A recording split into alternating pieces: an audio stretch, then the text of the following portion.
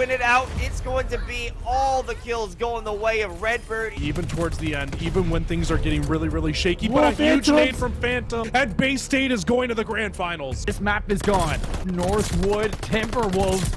They're going to be headed to your Call of Duty Varsity League Grand Finals. And Noodle just cannot get hit at all. There's the pack air, and that is it. Ruscular takes it. They're moving on to Grand Finals.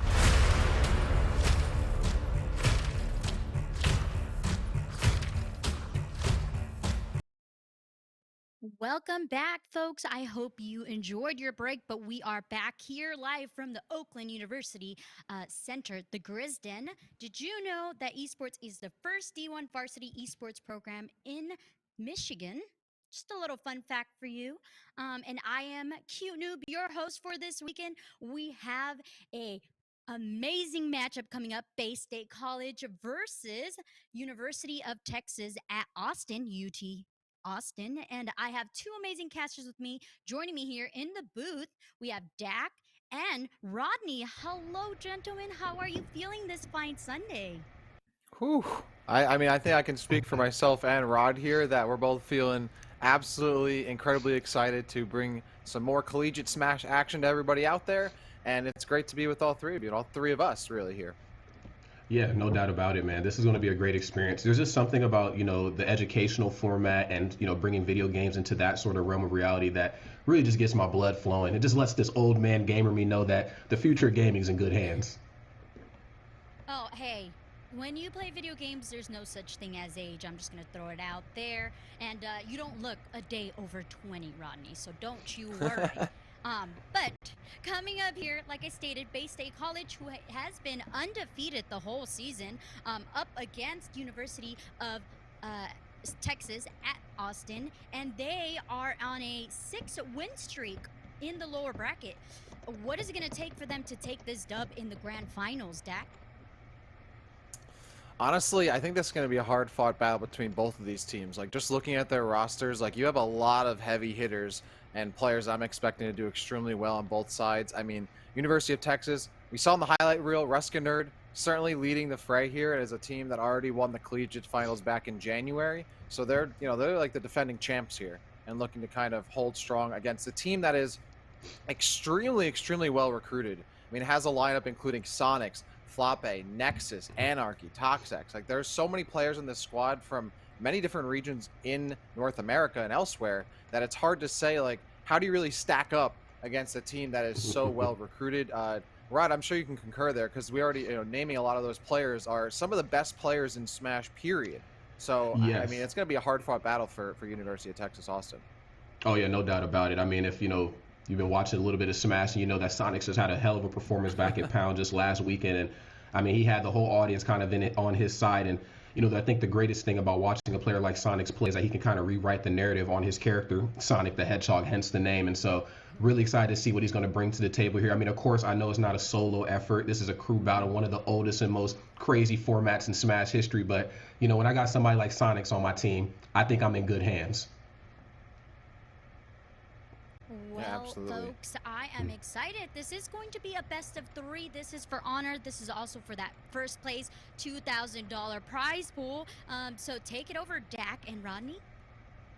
Thanks so much. Thanks so much. Wow. Rod, it's great to be here with you, my man. Of course, we're always chilling and working some Smash together, and doing some collegiate Smash is certainly no different. We have two teams here that are incredibly skilled players that have proven themselves in the collegiate field, that have proven themselves at grassroots majors, at really all across the country and around North America. So it's no surprise that both of these teams are the two to make it farthest in the bracket.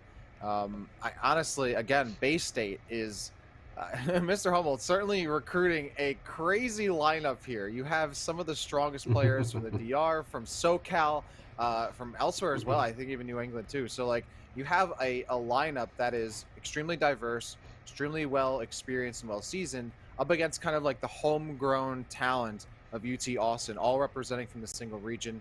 So I'm really excited to see what they have here. Yeah, no doubt about it. I think the greatest thing about a format like Crew Battles is that this is like your golden opportunity to kind of brings something a little bit different to the table. Now, I know before the match started, we talked about how important, a player like Sonics is and a handful of these other talented individuals on their team, how important it is, to play with each other, and really lean into that camaraderie. But the fact of the matter is that sometimes in a crew battle, it's not about your main. It's about playing the character that is going to take you to that first place spot. So really interested to see if, we're going to see some different characters played here. Yeah, the graphic on it kind of understates the lineup here for Bay State because they have a bunch of subs. You have Tony Pajamas, Sonics, of course, we've talked about. Toxex going to be an Ike that we're going to be seeing here. Anarchy, a really solid Greninja player.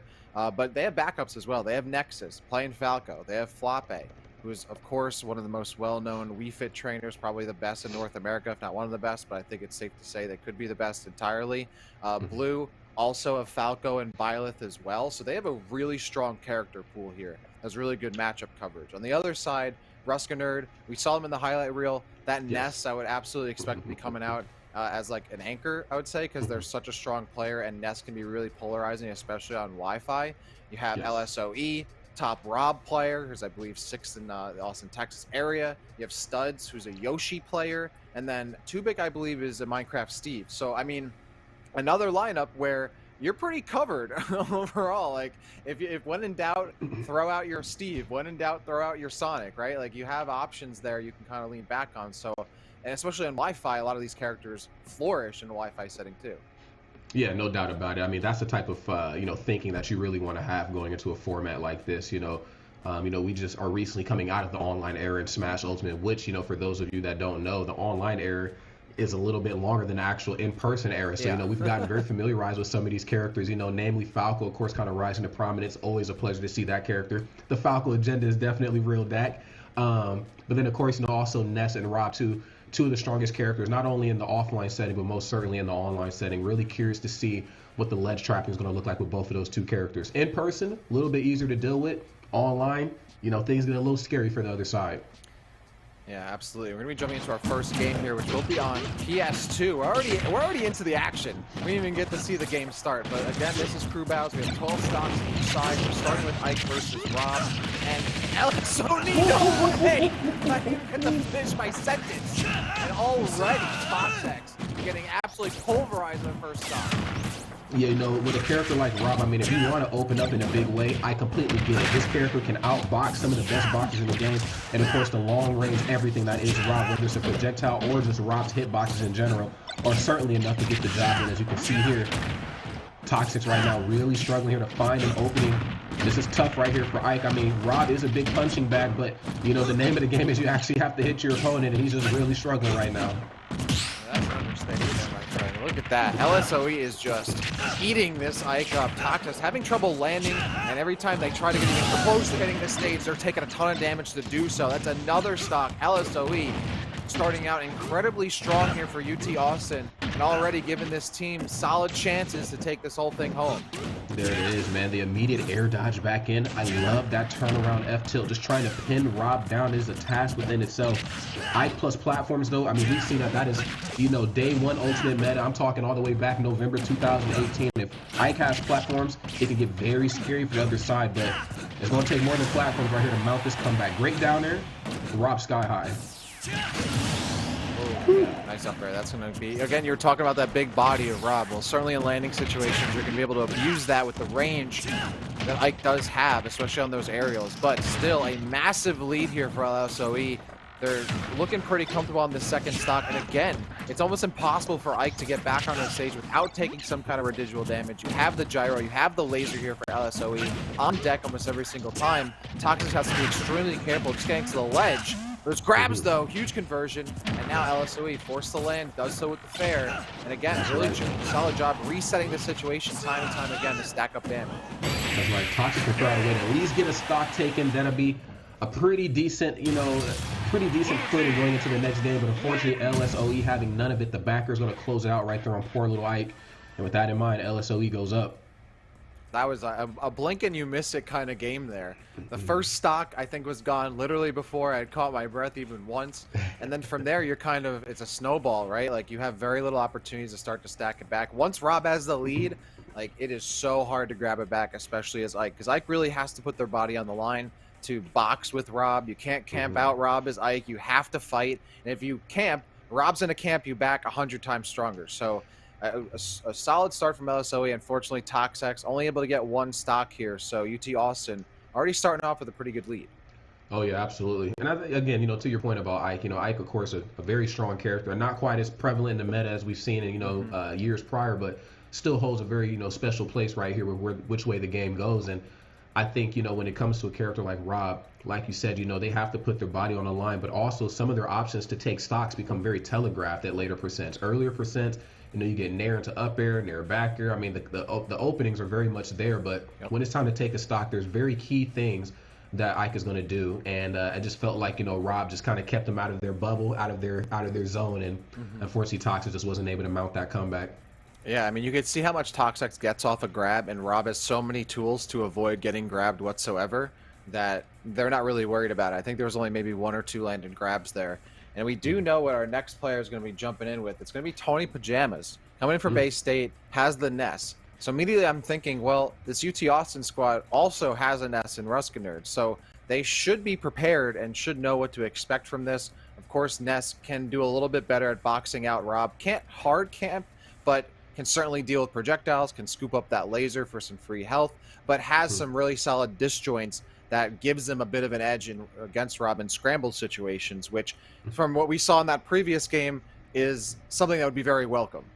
Yes, definitely has the ability to also kind of make Rob's life hell when it comes to landing. I feel like sometimes when people in the chat watch Rob, they get so caught up in the grounded game, and don't get it twisted. I mean, it's a very prevalent game to get caught up in between like the boxing and the great framed out in the range. But I'm thinking of Rob trying to land, and I'm thinking of how important PK Thunder and PK Fire are going to be here in this matchup. So we'll see what Tony Pajamas can bring here. LSOE, of course, coming in hot off of that last game, but we'll see if Tony Pajamas is going to douse that flame. It's also definitely worth noting that Ness is a much smaller character, can kind of weave in and out of Rob's approaches a little bit. No way they get it again. Oh my god. I cannot. If LSOE dodged that a second time with the gyro, the side B extension, I would have lost my mind. But Tony Pajamas somehow surviving that, gets through, and LSOE now looking for a way back in as Tony's starting to get a string going of their own.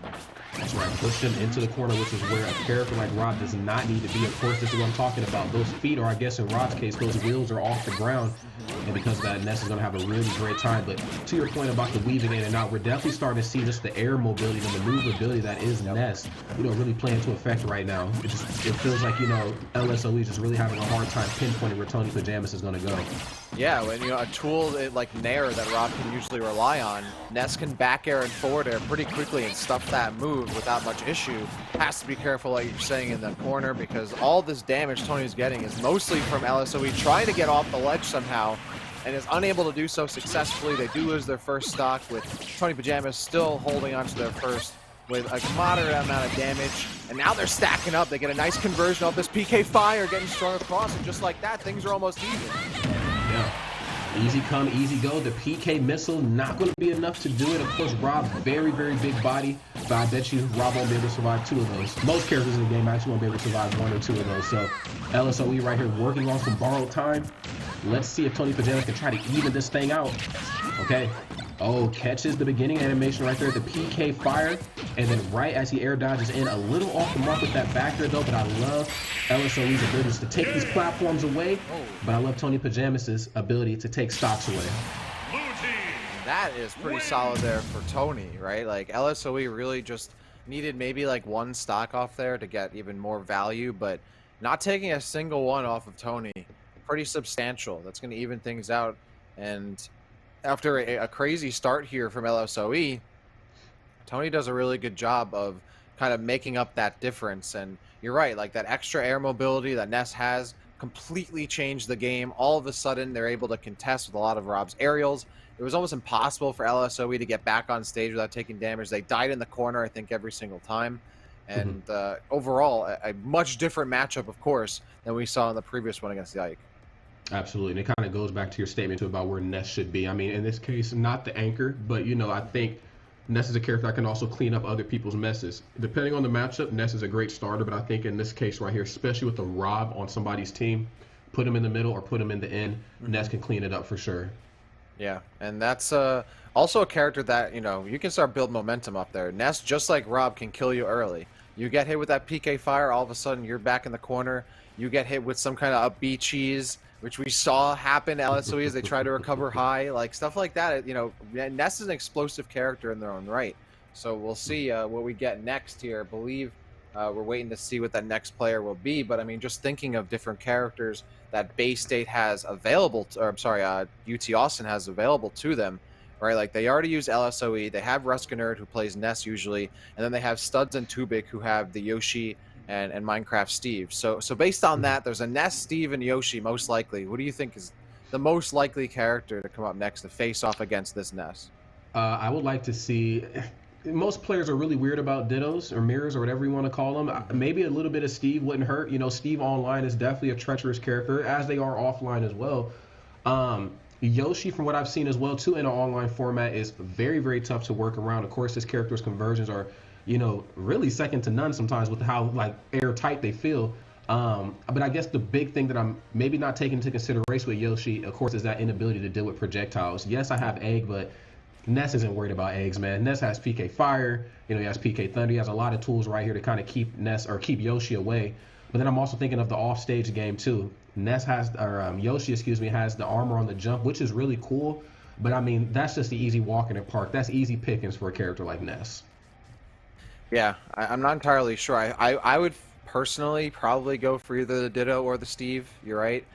Yoshi has that armor, but you're going to be kind of burning jump and neutral to use that. And then recovering, yeah, you can get not even just like edge guard, you can get ledge trapped, I think, pretty easily as Yoshi when you're playing as Ness. Because if you're going to burn that super armor, that's a really telegraphed like jump from the ledge or, you know, letting go jumping. And like Ness can respond to that pretty quickly. So you kind of already have that in play.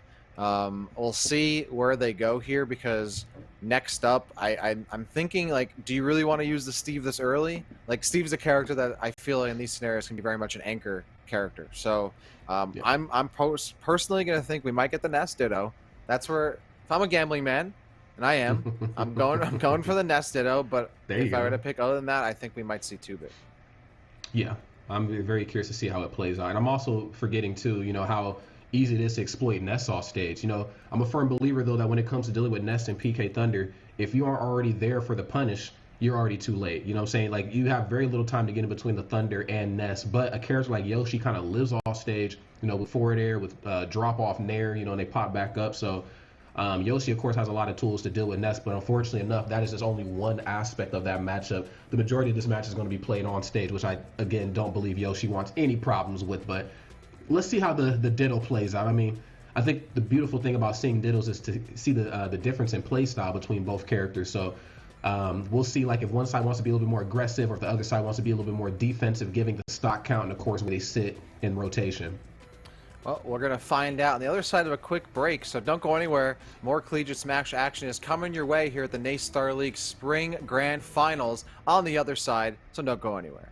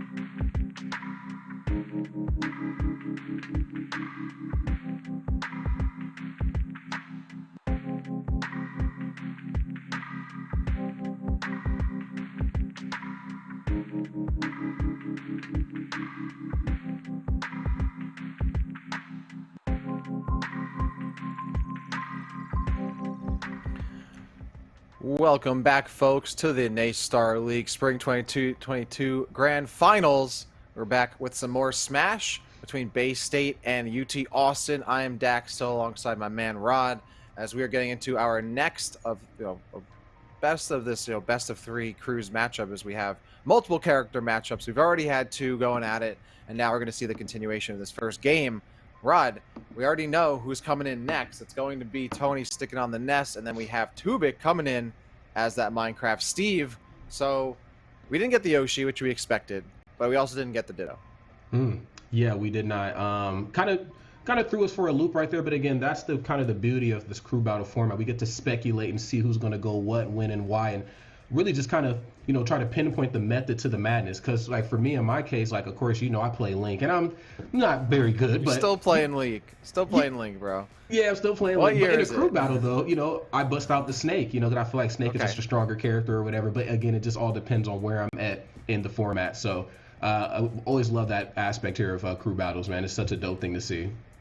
Well, yeah, I mean, that's, again, one of the things we love about it is, like, the strategy of who you're going to play at what time, and that can make so much of a difference. Like, I still remember going back to, I think, not the most recent Let's Make Moves, but the one before that, and, like, I think it was, in US versus the World or whatever it was, and, like, there was just some wild picks in order of which players are going and at what time. So that honestly, it's not even just the individual matchups, but when you play them, like who am I saving for what matchup is such a big part of the strategy of crews. So thinking on that, playing the Steve at this point, on one hand, it's like, okay, Steve versus Ness. Steve can shut down so much of what Ness can do. Yes. Has solid strings on the ground, can contest in the air, can recover against Ness pretty solidly, can kill early. But then I'm also thinking, okay, you're using your Steve now in the game.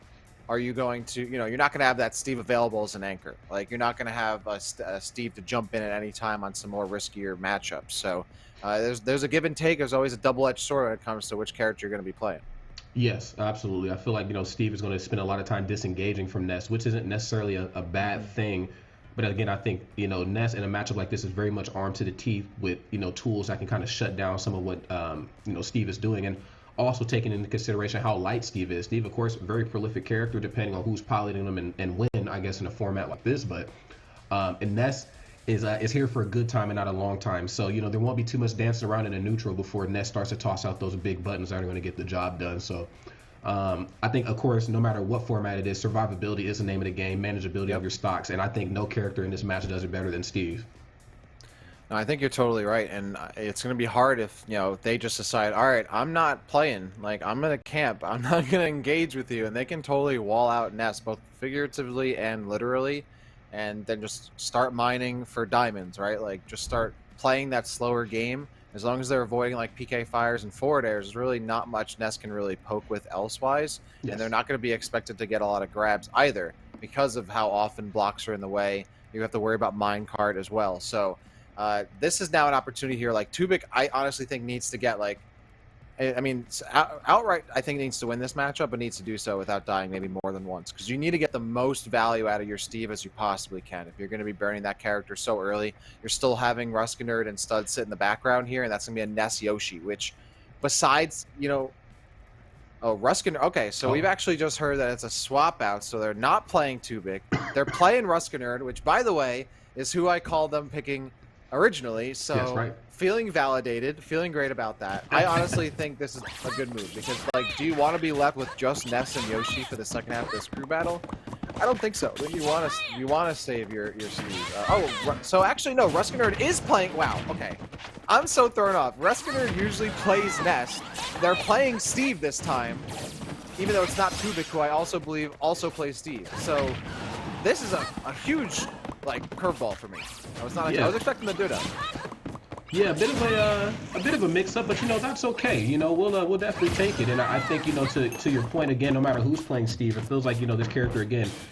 Survivability is the name of the game, and we're just seeing him kind of disengage a lot. Again, not getting hit with forward air, which is Ness's bread and butter to kind of keep you off those platforms. So very Oh, hey, wait a minute. Oh no, we've lost them. It was just too much power from both Steve and Ness there. So we're gonna get those players back into the lobby as soon as we can. Wow, that was honestly such a crazy throw there because I've only seen Ruskinerd play as Ness. I figured, okay, we might see the Ditto as a result. Then we got, okay, Tubik's going to be jumping in. They're playing Steve. And then I see a Steve in there, and it's not Tubik. It's actually Ruskinerd. So on one hand, I'm like, okay, that makes sense because if Ruskinerd knows how to play Ness by being a Ness, player themselves, and they go to a pocket character, they should know how to play that matchup, right? Because they play Ness themselves. On the other hand, I mean, honestly, it looked like Tony had pretty solid control of that game up until that point. So we'll see how it goes. Oh, is it? I believe it's still Tubik. Okay, so it might actually still be Tubik. So I think it ended up being Tubik the Steve coming in. It wasn't Ruskinerd. Okay, so like I said, Steve coming in, not Ruskinerd.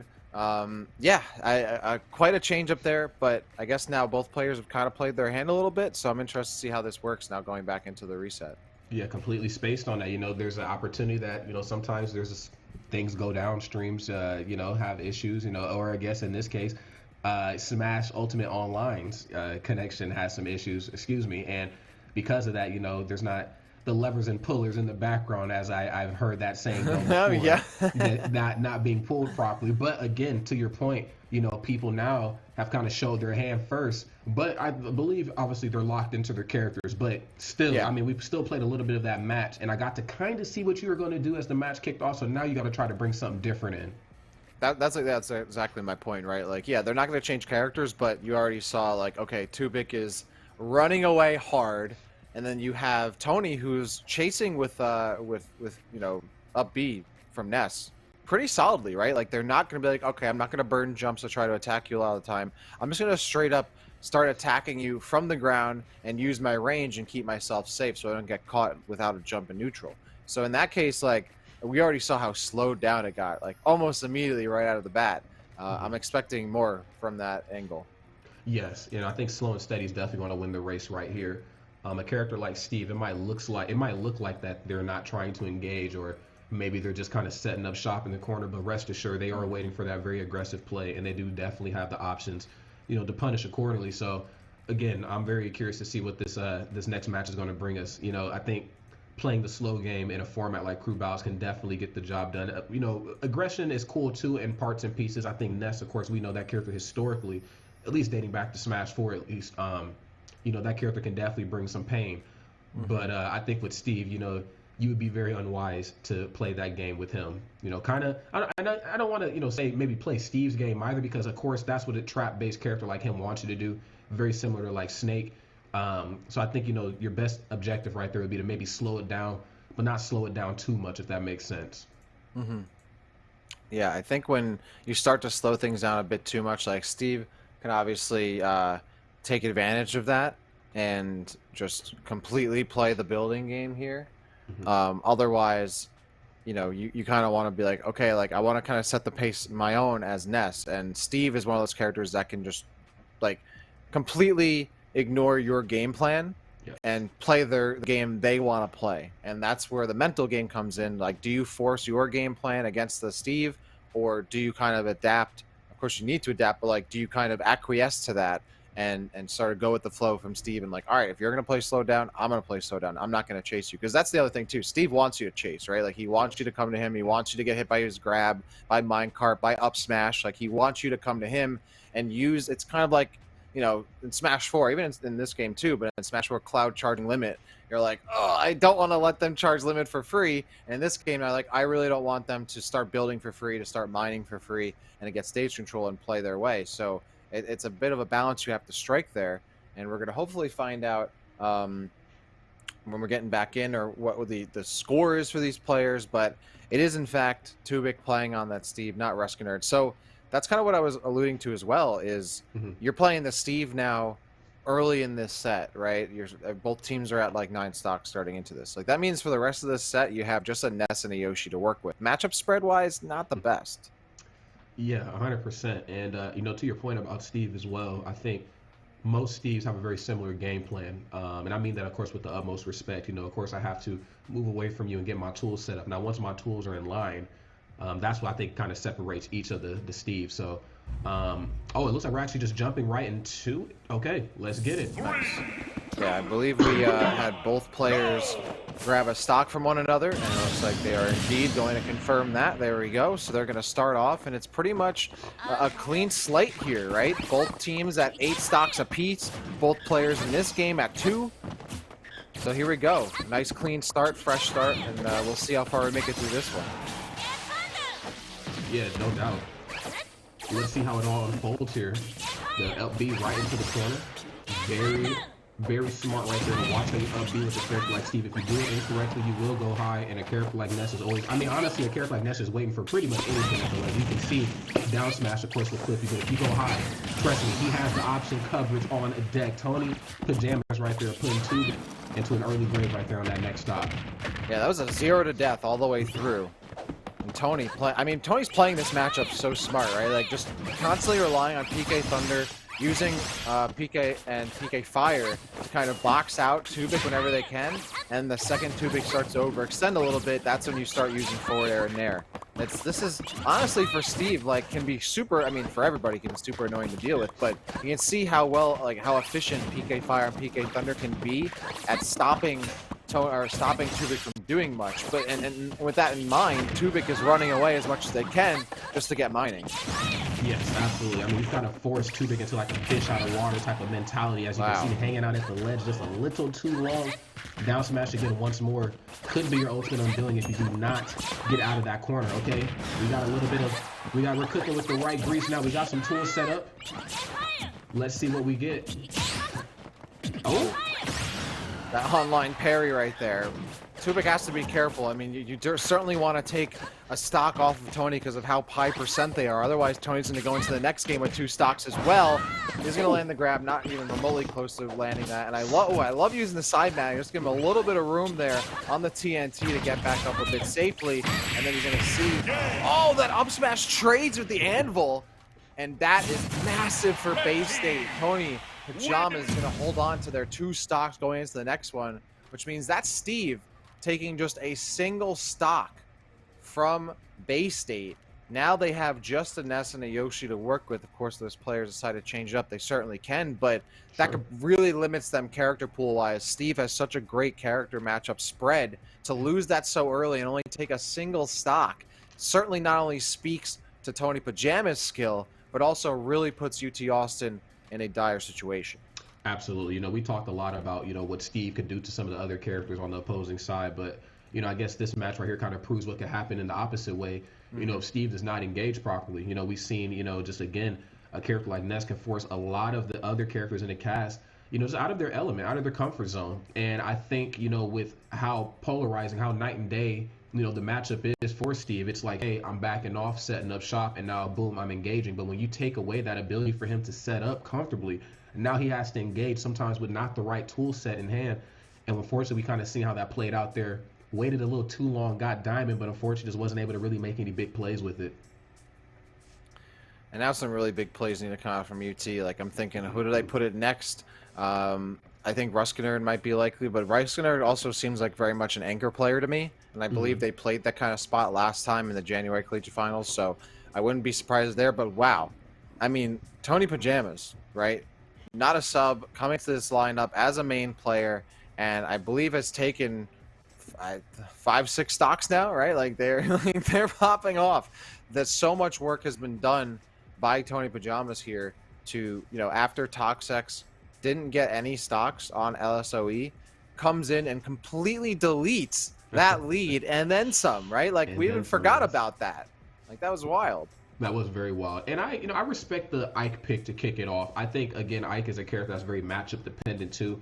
There are some characters in this game that Ike can absolutely obliterate. Like, for instance, had it been like Ike Game & Watch, you know, Ike, of course, would have had a hell of a time. But with a character, you know, like Ike versus, I believe it was Rob with LSOE, you know, Ike just has to play a bit different of a game. He has to play the slow game. And I think Rob, again, very equipped with the right toolkit to play either the fast game, courtesy of those boxing options and those hitboxes, or they can play the long game and, you know, kind of play, you know, the floor is lava, or play the offstage game with Ike. You know, so very, very tough one. I feel like you kind of rolled the dice right there on Ike, but we'll see what we get here for these next few ones. I'm excited to see what we get. Indeed, it's been already a really solid matchup here. And again, this goes back to what we were talking about before the set even started. Bay State with an incredibly recruited roster here from players in many different regions, top players in their region nonetheless. And they're up against that homegrown squad of UT Austin, right? These are all players that are all from the Austin, Texas area, PR'd in that area, or otherwise top 10, top 15, top 20, versus literally like the best Sonic, literally like some of the best players of their character from multiple regions. So this is like, honestly, this is awesome to see, because you have such like a dichotomy between how these rosters were put together, and you're seeing that kind of play out, right? Like Toxex had a little bit of trouble, but then Tony Pajamas, who honestly I don't know about you, but I have not really heard much about Tony Pajamas at all previously, and correct me if I'm wrong, I haven't seen much of them. So to see this player kind of come in and play so well is refreshing and awesome to see. It's great to see that talent. For sure. I was a fan of Tony Pajamas just based off of the name. It's a callback to the Amanda show. I think one of the characters on there was somebody named Tony Pajamas. He was like a pseudo mob guy or something like that, super hard accent. But definitely a throwback right there for all of us old millennials. So super excited, just based off of that front there. But of course, the gameplay definitely spoke numbers and, got the job done in ways that they needed to. So, I mean, which is exactly what you want. I mean, nobody's really expecting going to a crew battle doing most of the work, if not all the work, but sometimes that it just is bestowed upon you. And, that's just kind of the cards you're dealt. And again, NES could be an okay starter. Again, very matchup dependent, like what we've seen in some of these other sets prior. But, I think the middle of the pack or maybe even the tail end is where NES really shines, because he just becomes impossible to fight. He becomes impossible to KO because he can spend so much time off stage where other characters cannot. It just really makes the task in hand that much more difficult. And I'm now realizing why I might not have known Tony Pajamas off the rip immediately. I don't believe they're in the top 10 for New England overall, but they are in the top 6 in Connecticut. And so they definitely are a player that has proven themselves in the New England area steadily. And then also, they also did really well at Collision most recently. They got 25th at Collision back in March. So certainly, I love that I'm brushing up on my New England players, like someone who's been in the New England area, New York area for a little while. Like certainly, a new kind of new crop of talent these days. But now Tony Pajamas is certainly on my radar, and should have been previously. But we're going to be seeing their opponent coming in next. It will be Studs the Yoshi. So they have Ruskinerd indeed playing that anchor. Studs, I believe, is 5th in the Austin, Texas area on that PR. They have the Ness Yoshi matchup here. Yes, Ness and Yoshi, we talked about it a little bit before, back when the stock counts were a little bit more even, but unfortunately enough, they tell a slightly different story here. And again, the grounded game, isn't, particularly a game that most characters want to play against Ness, but when there's no platforms, Ness becomes a little bit easier to fight now too. I'm also thinking of the off-stage gameplay. As you can see right now, it just feels like, Stud's really trying to force Tony Pajamas into that corner. Really struggling right now, no platform, so has to mix it up with down special, but using the nair right there to reset neutral. It's going to be interesting because, you have no platforms getting in your way here, so the eggs are going to be coming right in towards you, and you're going to be looking for these strings that might not be as easy to convert off of on such a big stage as FD. You're going to have a lot of... Studs going in deep there. I was like, wow, all right, man. Like, you didn't have to throw it away that hard, but Studs is going hang time there.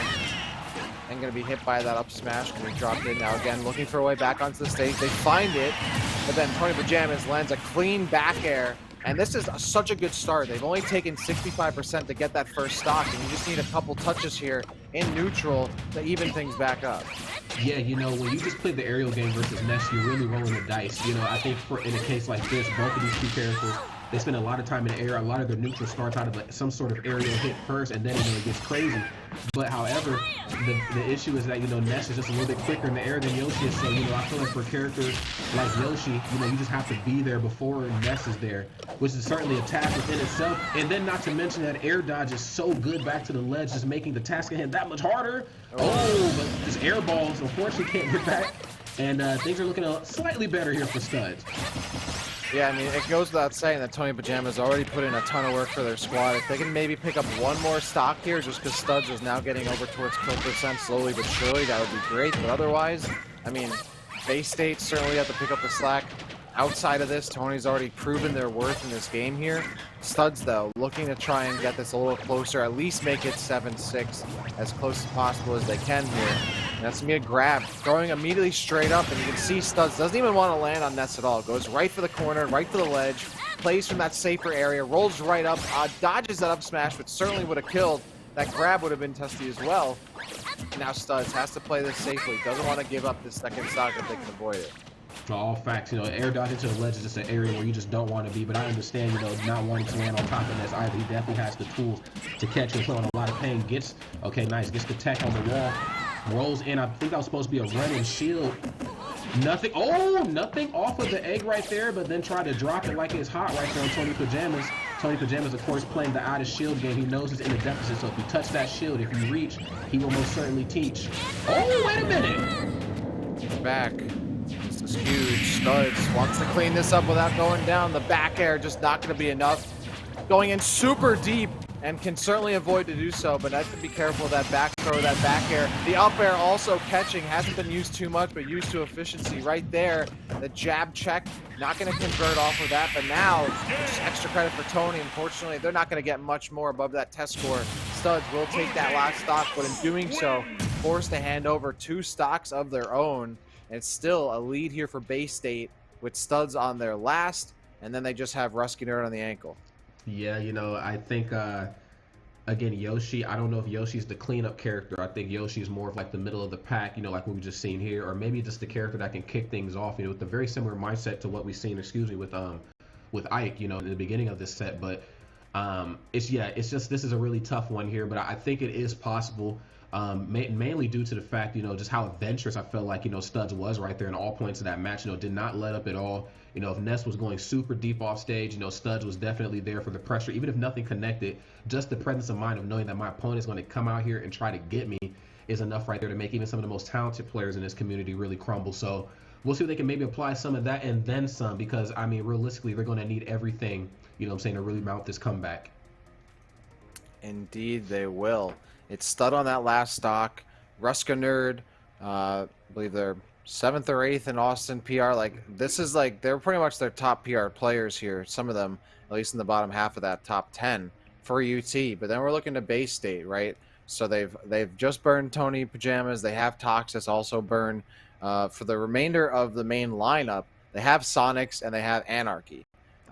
Anarchy, an incredible Greninja player in their own right. Sonics, you know, don't need to speak for how good Sonics is. Like, one of the upstart talents from the Wi-Fi era over the past 2 years, and has proven themselves to be one of, if not the best Sonic in the entire world. So I would think that Sonic is likely going to be one of their anchors, but we mentioned them earlier, and now one of the subs in the team going to be jumping into it. It's Flappe, who's one of the SoCal strong players over there. It's going to be their Wii Fit trainer. I'd have to imagine, and indeed it is. One of the best one of the best Wii Fit trainers out there, by no question. So interesting to see Flappe come in, see what they can do against this Yoshi, who, you know, again, you'll be able to maybe even outrange Yoshi in some circumstances, can camp them out, has projectiles you got to deal with. So interesting to see. Wii Fit versus Yoshi, not a very common matchup. No, not at all. But, you know, Wii Fit is no stranger to this type of format, and I'm talking just online in general. This character, and you talked about it just briefly, can camp you right the hell out, and if the situation calls for it, that will be the go-to card. So we will see. Of course, Studs has to drop a couple stocks right here. Flappe sitting very, very comfortable. Uh-oh, wait, what are we doing? Okay. Yeah, Studs about to show us some dance moves right there, man. Maybe after the tournament, but let's get a good stretch in indeed. Let's run it. So this is the big one right here. Can Studs get this done and get some stocks in while they have just one to play with? So far, so good. But remember, Flappe's representing a team with 6 stocks in the bank. Most likely either Sonics or Anarchy waiting in the wings to see who they'll take up against. And remember, we know that Rusk Nerd's the last player for UT Austin. He's likely to be playing NACE. So that's something to keep in the back of your mind in terms of who their last player for UT are for Bay State will be. So far, though, Flappe not able to camp as hard as they might hope here. They are able to keep some room, but they're not doing the damage they need to, you know, make that room worth it. No, unfortunately not. And, you know, Floppe, again, we're seeing a very different Wii Fit than what I'm, you know, traditionally expecting. I'm kind of expecting this character to kind of stay back in the cut, you know, disengage, very similar to, like, Minecraft Steve or Snake in portions of the match. But I think, you know, Wii Fit, of course, has gone through some changes in Ultimate, especially here in these last so many patches. This character has become that much more frightening to deal with up close and personal. And I know that that's the game Yoshi wants to play. As you can see there, drops the feed on him. Damn. So many conversions here from Studs. I mean, they're landing with so many multi-hits, and that is just a max range aerial right there. Floppe having some trouble landing, and now it's extra credit here for Studs. They've already gotten at least one kill, making it a 5-4 situation here. And look at this, so much off of back airs, catching them with some up airs as well. Floppe struggling to get a clean hit. I mean, it's almost bullet hell, right? Like, they're playing some crazy projectile game here from Studs, just making it almost impossible for Floppe to poke safely. I mean, I talked about it before, you know, kind of going into this match, is that Studs has to just be relentless right now. I think on a character like Wii Fit, it's very, very difficult to do. Wii Fit, of course, is a character that if they do not want to deal with you, they will certainly leave the match. Hell, they might even leave the stage and just spend a bit of time in the air. But I think in this case here, you know, again, Studs, of course, is applying the pressure in the right areas and just not allowing Floppe to set up shot. Here they are playing in the corner. I'm not sure if you want to do that here versus Yoshi. The jab, forcing him off stage. Nothing off the forward air. But of course, the trading area. Jump that down tilt. Where we going with it? Oh. Solid little string there. Studs looking for the roll and actually reading that tech roll and their get-up roll at the right time, at the right place. But unfortunately, it was just misspaced on the punish. So that will be Floppe, able to hold on to 2 of their stocks. Studs gets one done, but drops theirs. So now is UT Austin on their last player, Ruskiner, the anchor, potentially even like the captain of this team, right? Again, sending this team to success back at the January Collegiate Finals. And now here they are again in spring, looking for a way in. It is indeed Ruskiner jumping in to see what they can do against 5 stocks coming from Bay State. Yes, this is going to be very interesting here. You know, Ruskiner, you know, of course, is no slouch and definitely not a player to be taken lightly at all. NACE is definitely a good anchor character. This character has become impossible to fight, you know, whether it's because they're putting the pressure on or they are doing a good job at using their maneuverability to alleviate some of the pressure that you're trying to apply. I mean, and NACE is very, very tough. Of course, NACE is not a perfect character. There are some very clear weaknesses that this character does bring to the table, but I think when you are destined to be the anchor, you know what I'm saying, when you are ranked, you know, wherever you're from, I think you certainly know what to do here in a matchup like this coming up. Yeah, this is going to be, honestly, considering that Floppe and well, I guess Ruskiner and Floppe aren't entirely close. I always think that Texas is closer to the Southwest than it really is, but it is very much central, right? And it's a huge state, so I wouldn't necessarily say that these players might have played each other before. That said, I mean, you're sitting here as Ruskiner. You've already kind of seen what Floppe can do, and you saw that Studs really had full control of that matchup for most of the time. It was just that Studs only needed to die once, right? And, you know, got caught off a little bit on missing some of these punishes. But now you're thinking, all right, the biggest thing you need to do is take off 2 stocks from Floppe without dying. Like, that's the biggest thing here. You can do that, then they absolutely have a chance, because you're coming in against, you know, potentially Sonics, potentially Anarchy, 2 players that can just steal stocks away from you almost immediately. You want to have as much to play with as you possibly can. Yes, you definitely do. You definitely want to make sure you have all your chips in order, you know, your toolkit on deck for something like this, because this is going to be quite the match for sure. And yeah, you know, I just really like how this kind of started out. Again, wasn't exactly sure kind of going into this what type of role Ruskiner would play, if they even would play a role, because again, both sides are just so equally stacked that sometimes, you know, you don't even get a chance to see that final player in your lineup. But Ruskiner is here. Of course, you know, we have certainly shown this player a lot of praise, so hopefully they bring us quite the performance, because NACE can definitely get the job done in a big way. Absolutely. We've already seen what NACE can do here in this matchup. And again, this is a best of 3, so whatever happens in this first matchup here can certainly be lessons learned for the second set of this best of 3, because we still have another 12-on-12 stocks to go after this one.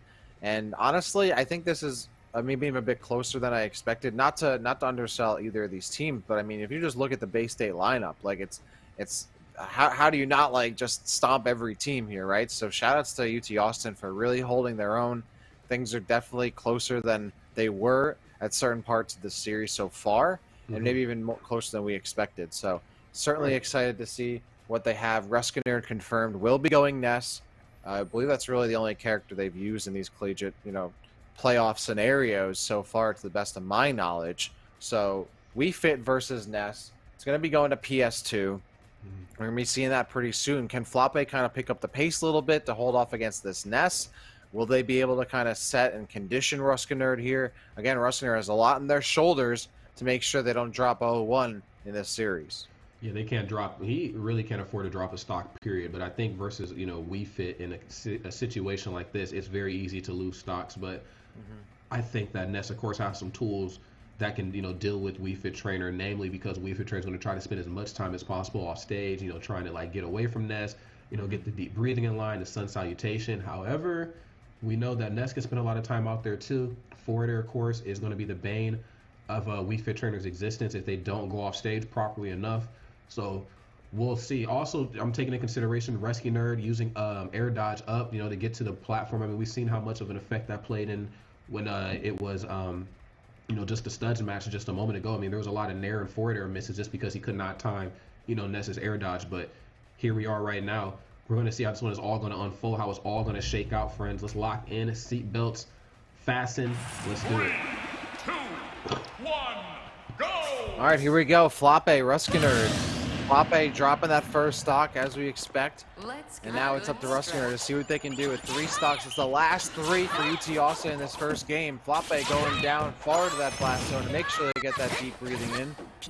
Now it's time for Rescuer to start putting on the pressure, start to turn up the heat, and they already have. That PK Fire already going to stuff Floppe off stage, but how do they get back on? Ooh, Rescuer, I love that. Giving some room to Floppe, putting him in a comfort zone, and then immediately responding. And so far, Floppe is just getting edge trapped over and over again.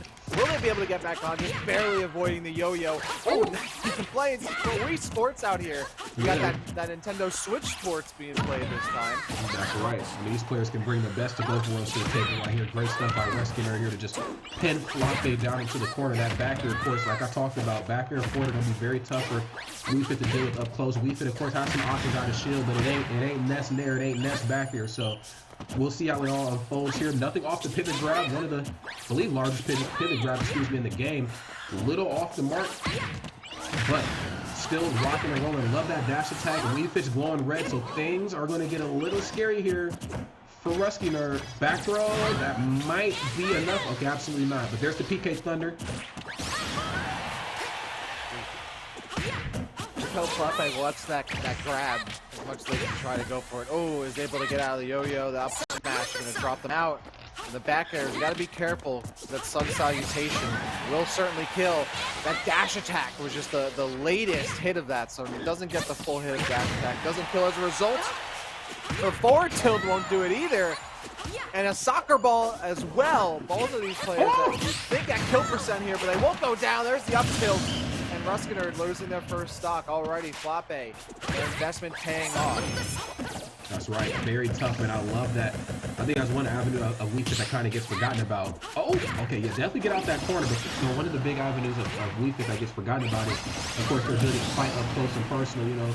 Not the quickest character, but has some very interestingly placed, I'm going to use the word interestingly placed hitboxes on their limbs, which makes this character very ambiguous up close. However, forward air, of course, going to shut Floppe down. Rescuer right now just has to take one more, and it'll be in an okay spot going into the next game, if there even is a potential next game. Yeah, look at that. Floppe just doesn't want to give that platform up as much as they can. That's kind of their safeguard against this NES here. As Ruskinerd finds a PK Fire, goes for a bit of a slower option here and pays for it. They're not able to land that forward smash. PK Thunder is doing a ton of shield damage, but the dash attack will give Floppe enough time to rebuild that shield. Again, the Ness. I'm surprised that Ness there didn't even poke. Floppe is holding on strong to what little skittle of a shield they have. Now it is just all chaos in this corner. But look at that, Floppe doing a great job of making Ruskinerd work for these stocks. Almost gets hit by another soccer ball. And now it's Ruskinerd more than at kill percent right now. Another up tilt or forward tilt. Might be able to do it. Looking for the grab. Doesn't land it. And then the sun salutation lands. And now Ruskinerd down to their final stock. That's right. The frame traps were very real right there just a moment ago. I love that stuff. Uh-oh. It's party time. Oh, no. Wait a minute. The wrong type of party. Oh. Now we're at, what, 98 there for Floppe, and then Ruskinerd at 0%. The yo-yo was too strong. Unfortunate. The levers and whatnot got caught up in the yo-yo string. They did. It happens to the best of us, man. Of course, I don't want anybody tuning in to think that was an issue with production. Production, of course, is doing their damnedest job right now. It looks great from start to finish. That's a Nintendo problem, and hopefully we can get that fixed. We got collegiate esports being played at top professional level. The least we can do, you know what I'm saying, is get these matches running properly. Dedicated servers, man. Maybe that would work. So it looks like Ruskinerd did, in fact, pick up that last one. So looks like we'll be jumping into the last player of Bay State for the representation of their squad. So we're down to the last two characters. Unfortunately, we didn't get the last end of it. We dropped at our end, but the game still kept going, thankfully. So we didn't have to reset in any way. But Floppe was able to finally get that, did go down, but got those stocks as needed. Ruskinerd now, though, is in a 1-on-3 stock situation going into this final matchup of the first game.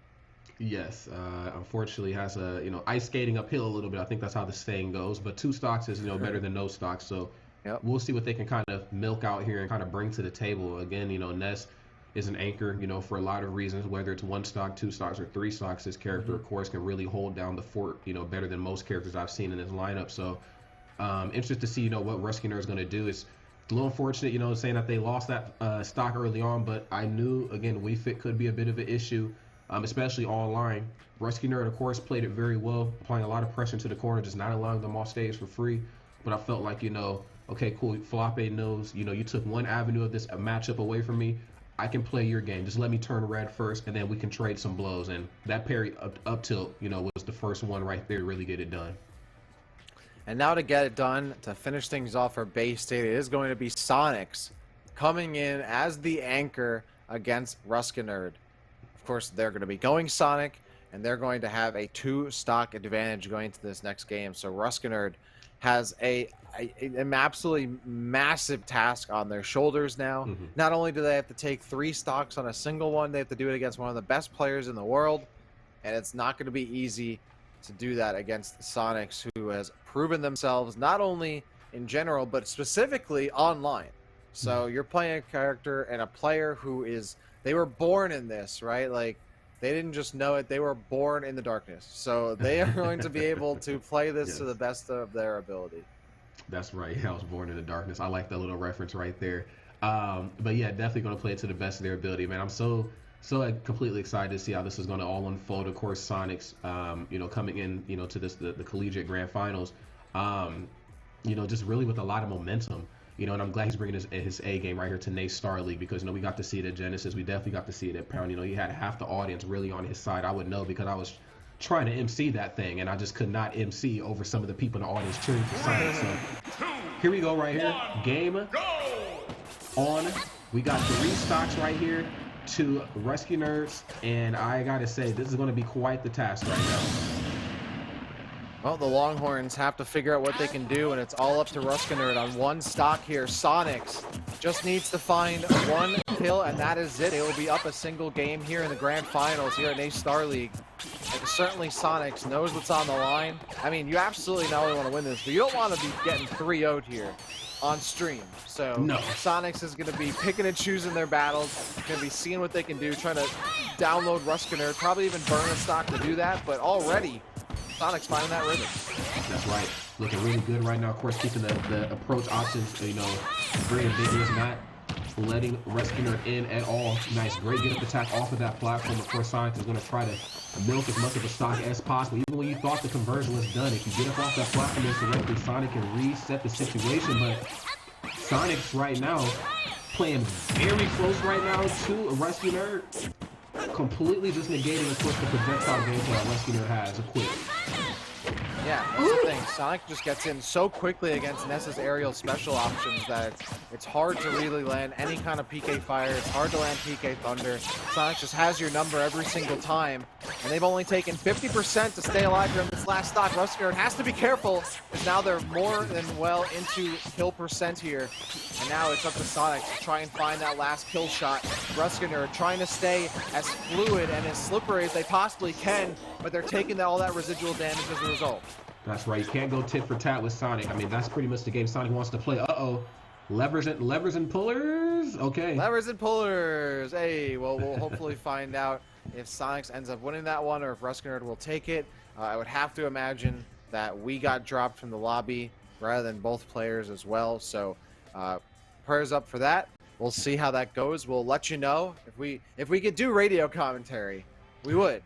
You know, we would be doing it. Yeah, I mean, honestly, just from how that was going, I would have to imagine Sonics takes that, whether he loses a stock or not. I mean, he was just playing that hit and run game flawlessly. So it's going to be up to Ruskinerd. If Ruskinerd pulls off a miracle and we don't get to see it, I'll actually be super bummed. But I doubt that happens. I think it was Sonics all day.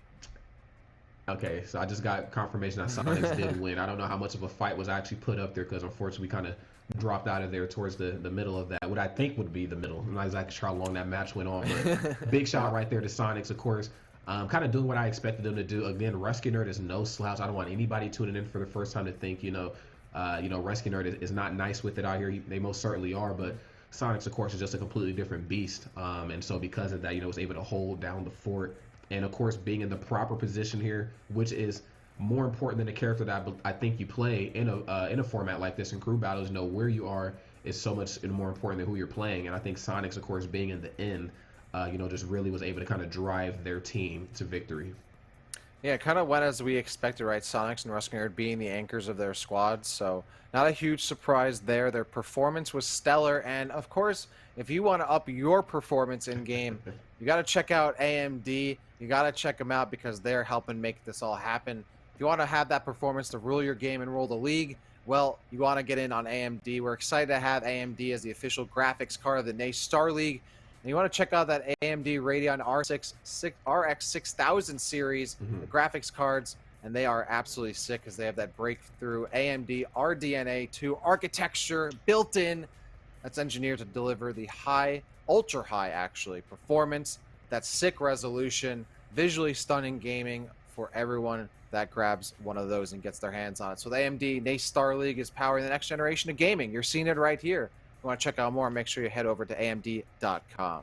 Yes, please check them out. Of course, again, it's one thing to game. Of course, we've been gaming online for various reasons, of course, going on in the world. But why not game the proper way? Why not make things look as best as possible? And I'm so glad that a company like AMD, of course, partnering up with the NACE Starleague and just really, like you said, showing the next generation of gaming, or gamers, excuse me, what gaming can be in the moment and what it could also be in the future too. So big shout out to them, man. So dope to see people partner, with these types of collegiate formats. We gotta, the youth knows the truth. You know what I'm saying? They're the future, and so the more companies, the better. That's what I love about covering collegiate stuff, because these are players that if they haven't already made a name for themselves, and certainly all these players really have, they're going to. This is the next generation of players, so it's great to see them here, and it's great to see you all here for the NACE Starleague Spring 2022 Grand Finals. Don't go anywhere, because our next game of Cruise is coming your way on the other side of this break.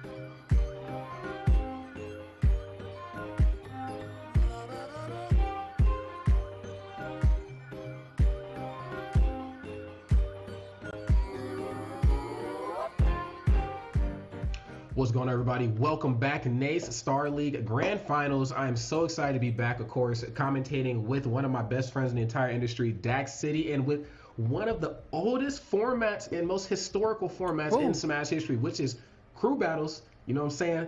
What better way to do this? Dak, talk to me. How you feeling, man?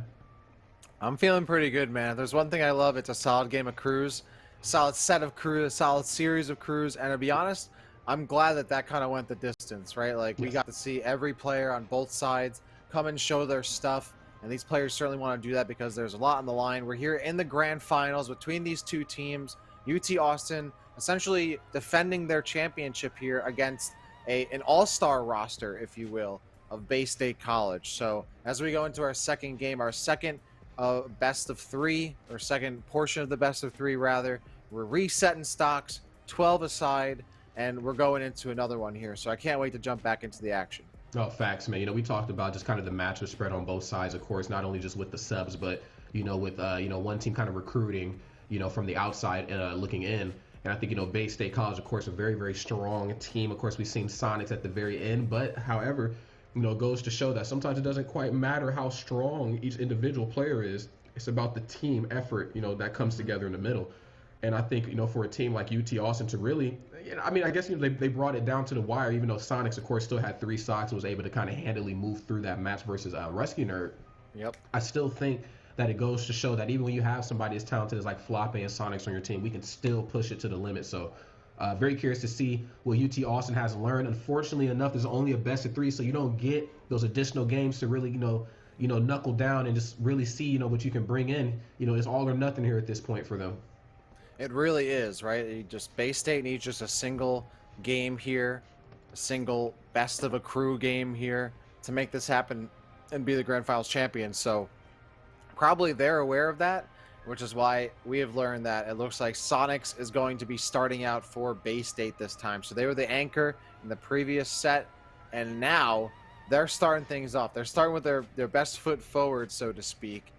Because remember, I mean, with Bay State, they were down early. They didn't have the lead until they got their second player out. So now they're starting off like, okay, Sonics is very likely going to be able to take 4, 5, maybe 6 stocks on their own. Why not play the numbers game? Right. So like that's kind of something that is a big part of crews too, is that it's hard to come back from a deficit because you just start to snowball. Like, even if you have your best player, like your best player is not going to always be able to take away 5 or 6 stocks, right? Like, it's a huge ask to put that on them. So sometimes you just start that off early and get that player in and make sure their effectiveness is at the, you know, the highest it can be right out of the gate. A lot of the times that pays off more often than not. Yeah, 100%, man. Again, just where you're at in that formation, you know, again, it goes back to what I talked about before, you know, matters more than kind of who you're playing. But I guess, you know, the only way to really kind of dispel, you know, that theory there would be, you know, whoever your opponent is also getting ready to pick too, because of course they can switch things up on the fly. And so, you know, just hypothetically speaking, right here, Sonics, of course, kicking it off.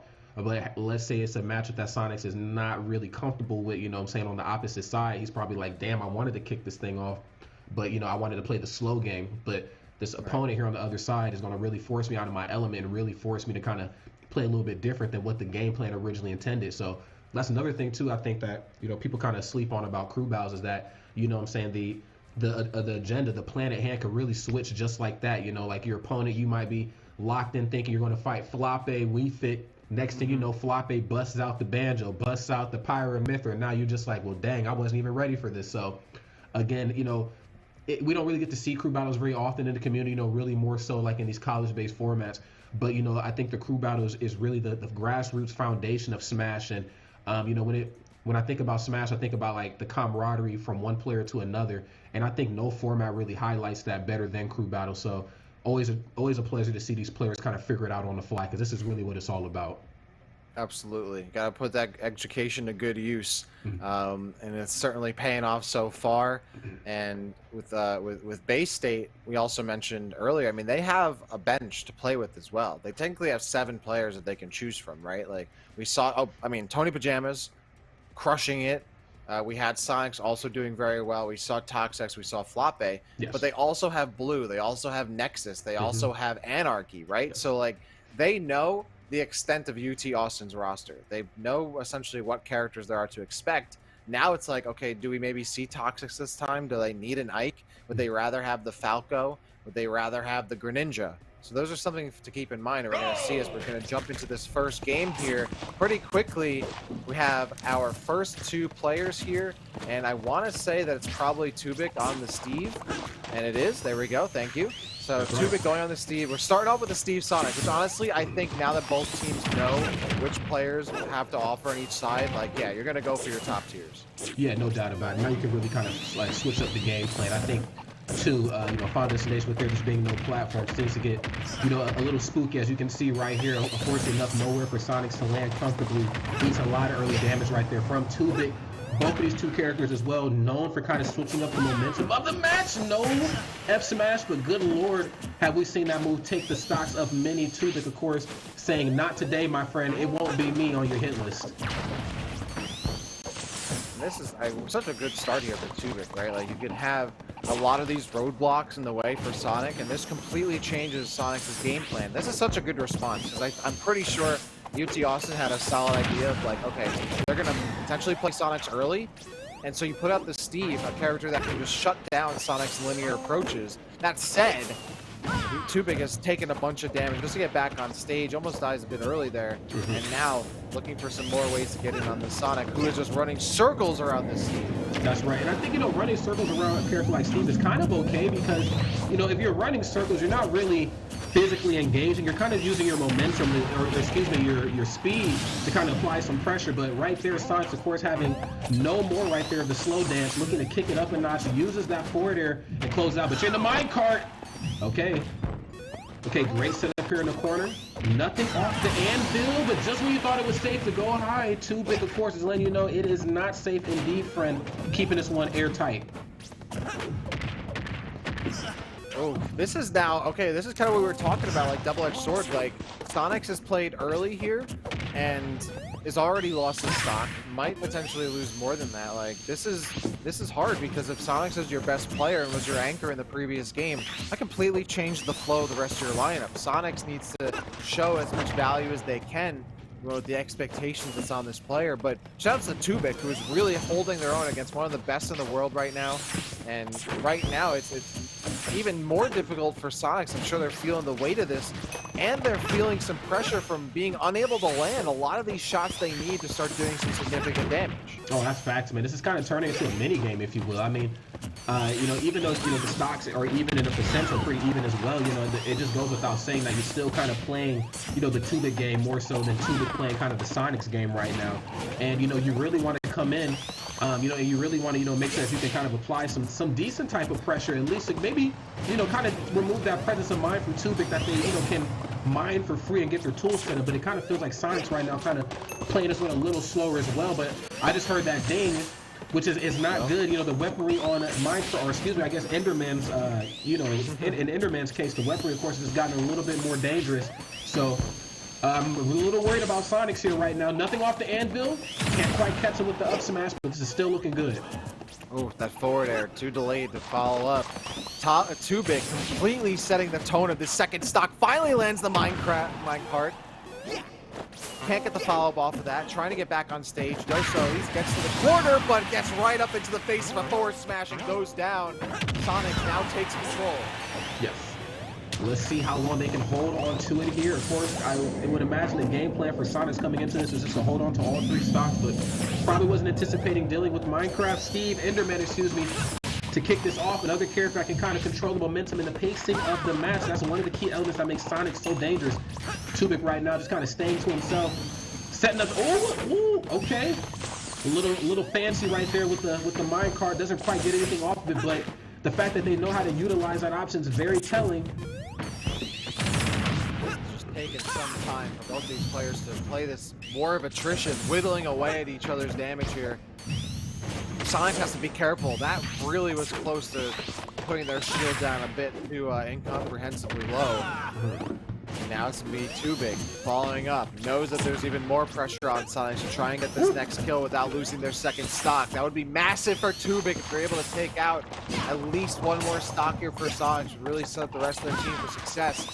Setting up this wall, camping, at least, you know, just a couple inches away from pitching a tent and getting right to work on some roasting some marshmallows here. That's right. I mean, let's just call it for what it is right now. This is definitely, you know, kind of the opposite end of crew battles that we don't really get to see. That's not really talked about as much, and that's when both players are going to kind of play the long game versus each other. You know, we don't really get to see this as much in singles or in doubles, but, you know, I think another aspect of being a top player like both of these two are that, you know, we can't really forget about is, of course, your ability just to stay resilient. Of course, we've seen definitely that type of mentality come out from Sonic. We have seen Sonic take a match down to the absolute wire, but Tubik, of course, is certainly doing that as well, too. Unfortunately, only one stock left. Wait, scratch that, making me a liar. No stocks left right there. Sonic slowing that match all the way down, yet somehow still speeding right into the next match right there. Great stuff from Bay State. Sonics coming in clutch there, holding on to their second stock with a ton of percentage and still gets the kill on Tubik. That is, I mean, honestly, that could be a trendsetter for the rest of this series. Sonics walking away with fresh stock reset to go back into this next one for 2.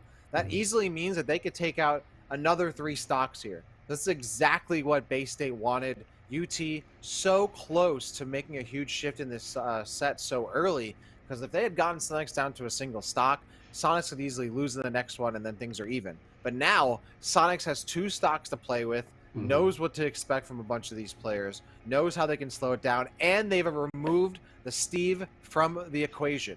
That really cannot be said how important that is, because now it's just a Rob, a Yoshi, and a Ness remaining for the rest of this lineup. So you're really kind of relying on the matchup spread of Rob, really, and then the polarity of Ness and Yoshi out there to kind of get you back into this.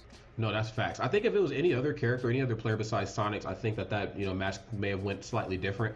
You know, I think of, you know, Enderman, Steve, you know, whatever, you know, whichever iteration of the character you're playing. You know, in other points, you know, in a crew battle, whether it's the middle or the end, I don't foresee Minecraft characters, you know, playing cleanup very well. I think they're more so the type of character that really, you know, even if it's not a big lead, you know what I'm saying, they take a lead, you know what I'm saying, and they try to hold on to it for the next game. That way, you know, helping out the teammate that's going to come after them have a bit easier of a time moving forward through bracket. But I don't think that they were anticipating seeing Sonics, you know what I'm saying, another character very well equipped to slow a match down, take a lead, and hold on to it, disengage if they have to. You know, I mean, again, we know how these characters work. I don't need to beat a dead horse here. So very interesting to see kind of both sides have a very similar mindset moving into that game. But like you said, you know, UT Austin, they have those other 3 characters, Rob, Ness, and Yoshi, that we did see put up a very strong fight in the last game. So we'll see what they bring to the table here. 2 stocks on Sonics. It might not sound like a lot, but trust me, versus Sonics, you got your work cut out for you. I mean, look how much work that, like you said, like Tubik had to do just to like land some shots on Sonics. Like that was really breaking the bank in terms of time spent in that one single stage, right? Like that was taking a long time. So Sonics knows how much value there is in a particular stock. Of course, all these players do, but especially being the player that Sonics is, you're playing Sonic, you're slowing things down naturally. And there's a lot riding on you shoulders-wise in terms of the player that you are. So Sonics being able to start off quickly and not drop 2 stocks, which could have really can change everything. Especially, I mean, Sonic is not a character that gets cheesed for early stocks really often. You know, so like you take it from almost any character in the game. It takes a lot to get a stock off Sonic, especially if you're already playing a character that can't keep up in the air. So now that you've lost that Steve, it'll be interesting. It'll be a little tricky to see what they can do to even whittle down another stock against Sonics. They can start to run away with this. No, that's facts. Now you got to really engage with the character. I would like to see Rob maybe come in and try to clean up some of this mess here that Tubik kind of left for him.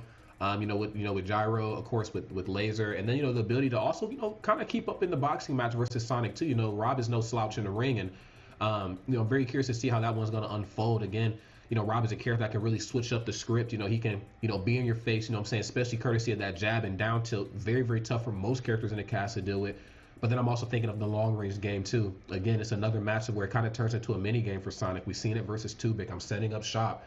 I got to jump around things. I got to try to make my options a little bit more ambiguous. So, you know, I make sure I'm not too telegraphed with my approaches. But, you know, we kind of have to see a similar thing right here.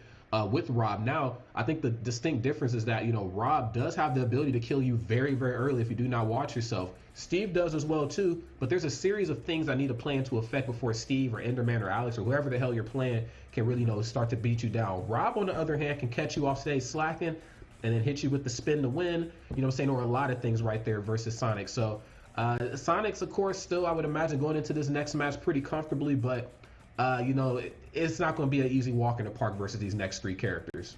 Yeah, I was going to say, I thought Rob might be the best choice here just because Sonic has to be a bit more careful on approaches. Rob has bigger hitboxes that you can certainly take advantage of. I mean, you're getting caught by, you know, you don't want to get grabbed either, right? Like, you're just getting grabbed at a spin dash, and that could easily lead to death.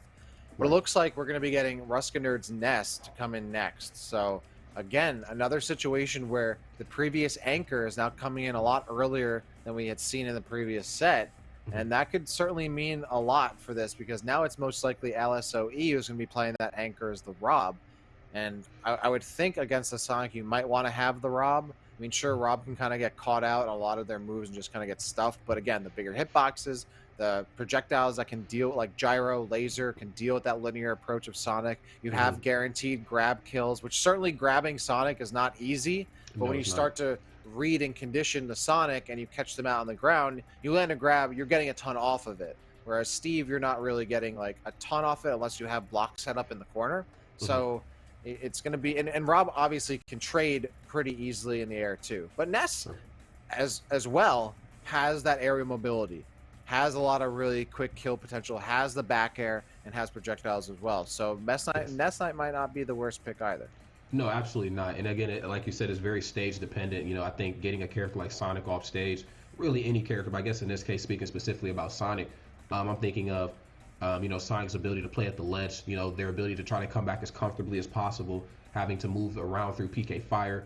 But then also, too, like using their air dodge, using their up B to kind of keep things a little bit more, you know what I'm saying, open when it comes to getting back to the stage. PK Thunder is a tool that can really get under Sonic's skin. You know, every time you hit him, he has to reset his up B.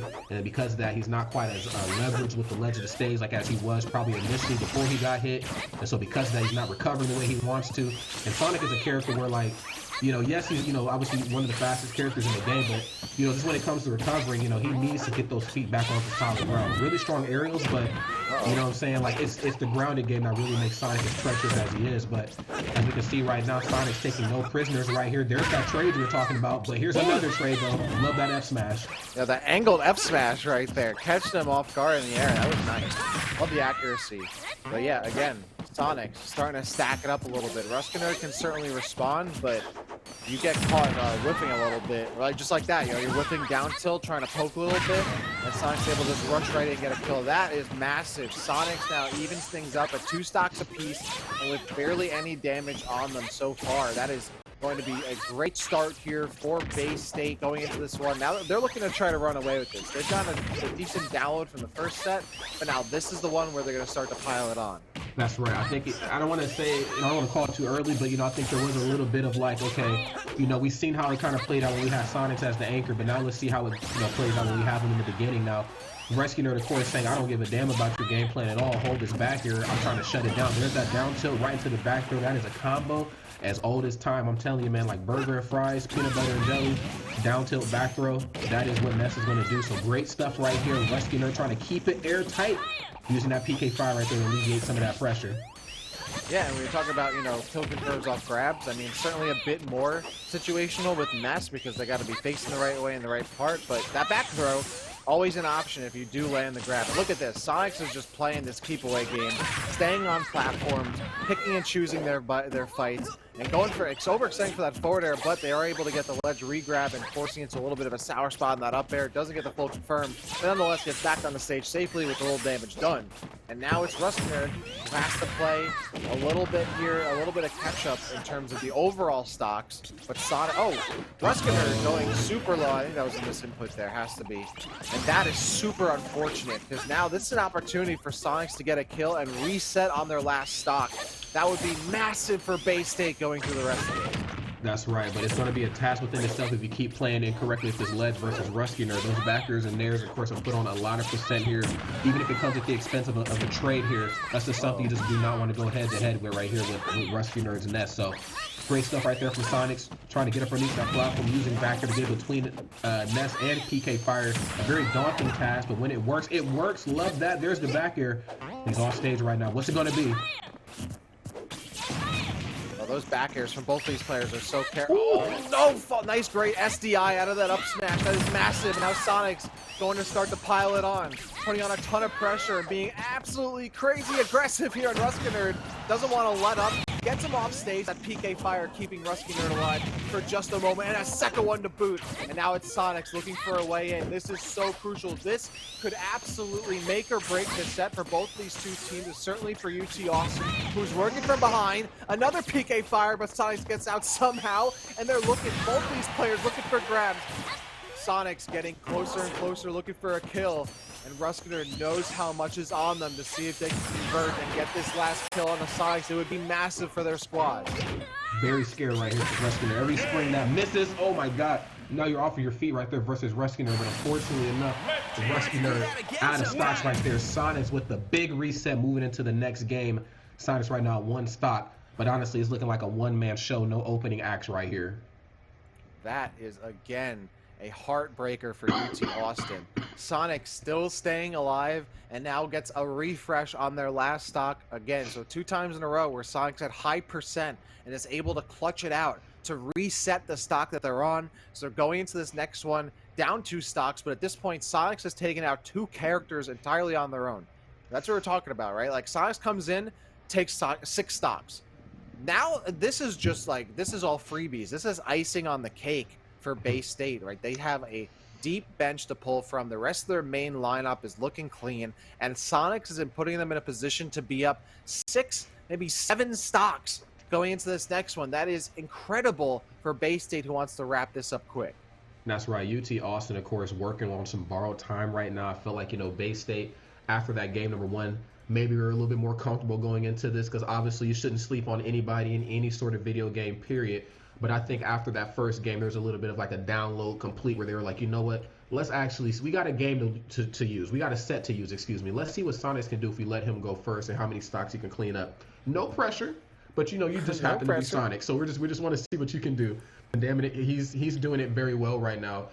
UT Austin, of course, we have Yoshi, and I believe we have a Rob as well. Now, I predicted originally that we were going to see Rob next for some of the same reasons that we've seen Ruskinerd's NACE, of course. The ability to, you know, kind of pressure Sonic in a couple areas, to throw your body, your weight around, you know, even if like, you know, your moves aren't met with the most finesse in the world, you know, you can still go for a trade. You know, a trade is still a stock take, and, you know, at the right percent. So, but, you know, we didn't really see, you know, the Rob. We got to see the NACE, and how I would imagine we would see maybe Yoshi next, and then try to move Rob to possibly the anchor, just because they have more tools in their kit to try to even the playing field out. Yeah, this is a tough situation for UT. On one hand, you may want to put an LSOE to be like, okay, let's get this Sonic stock out without losing a stock on our own. On the other hand, if you lose LSOE to Sonics, even, you know, 2 stocks or maybe entirely, I mean, that's game over. On the other hand, you put studs in, Yoshi Sonic, I mean, Sonic can really do a ton against Yoshi. I mean, Yoshi really only has the super armor to contend with. Otherwise, like, Sonic is going to be playing hit and run, gets to do a ton of damage off screen, might not be able to confirm off strings as often thanks to that super armor, but can continue to rack up damage. So it's like, do you put in studs and hope that they get that? I mean, you'd have to imagine they pick up that 1 stock on Sonic, so maybe that is the safest bet and you keep the Rob as an anchor. Or do you like guarantee that stock potentially by putting the Rob in, but risk not having that Rob as your anchor? So again, this is that crew mind games and crew mentality and the strategy that comes into this. That meta that is so important. It's not just how you play, but when you play it, essentially. And Sonics has to be feeling good. Bay State has to be elated with how Sonics is playing right now, because they've set themselves up for success to potentially take this grand finals as a 2-0 sweep. Absolutely, you know, and I'm kind of with you.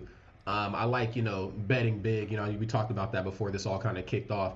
I especially like betting big when it's not my stocks on the line. So if you know, if I'm just a betting man, I would have to imagine, you know, like you said, maybe a little bit of Yoshi. You know, again, Yoshi can just, I mean, he's there for literally one, you know, objective, and that's to literally throw his weight around. You know, if he has to get a stock taken with the trade, that's fine. I would be a little afraid to put Robin, just because of the times in the match where the match is kind of slowed down and Rob's not really approaching, but now you're allowing Sonics to kind of rip and run and reset the neutral. So it looks like you know, again, Studs rocking the Yoshi, and we've seen in the previous set just how relentless he was. I mean, he was just literally everywhere, off stage, on stage. I mean, just in your face. Even if his attacks weren't connecting, he was just there.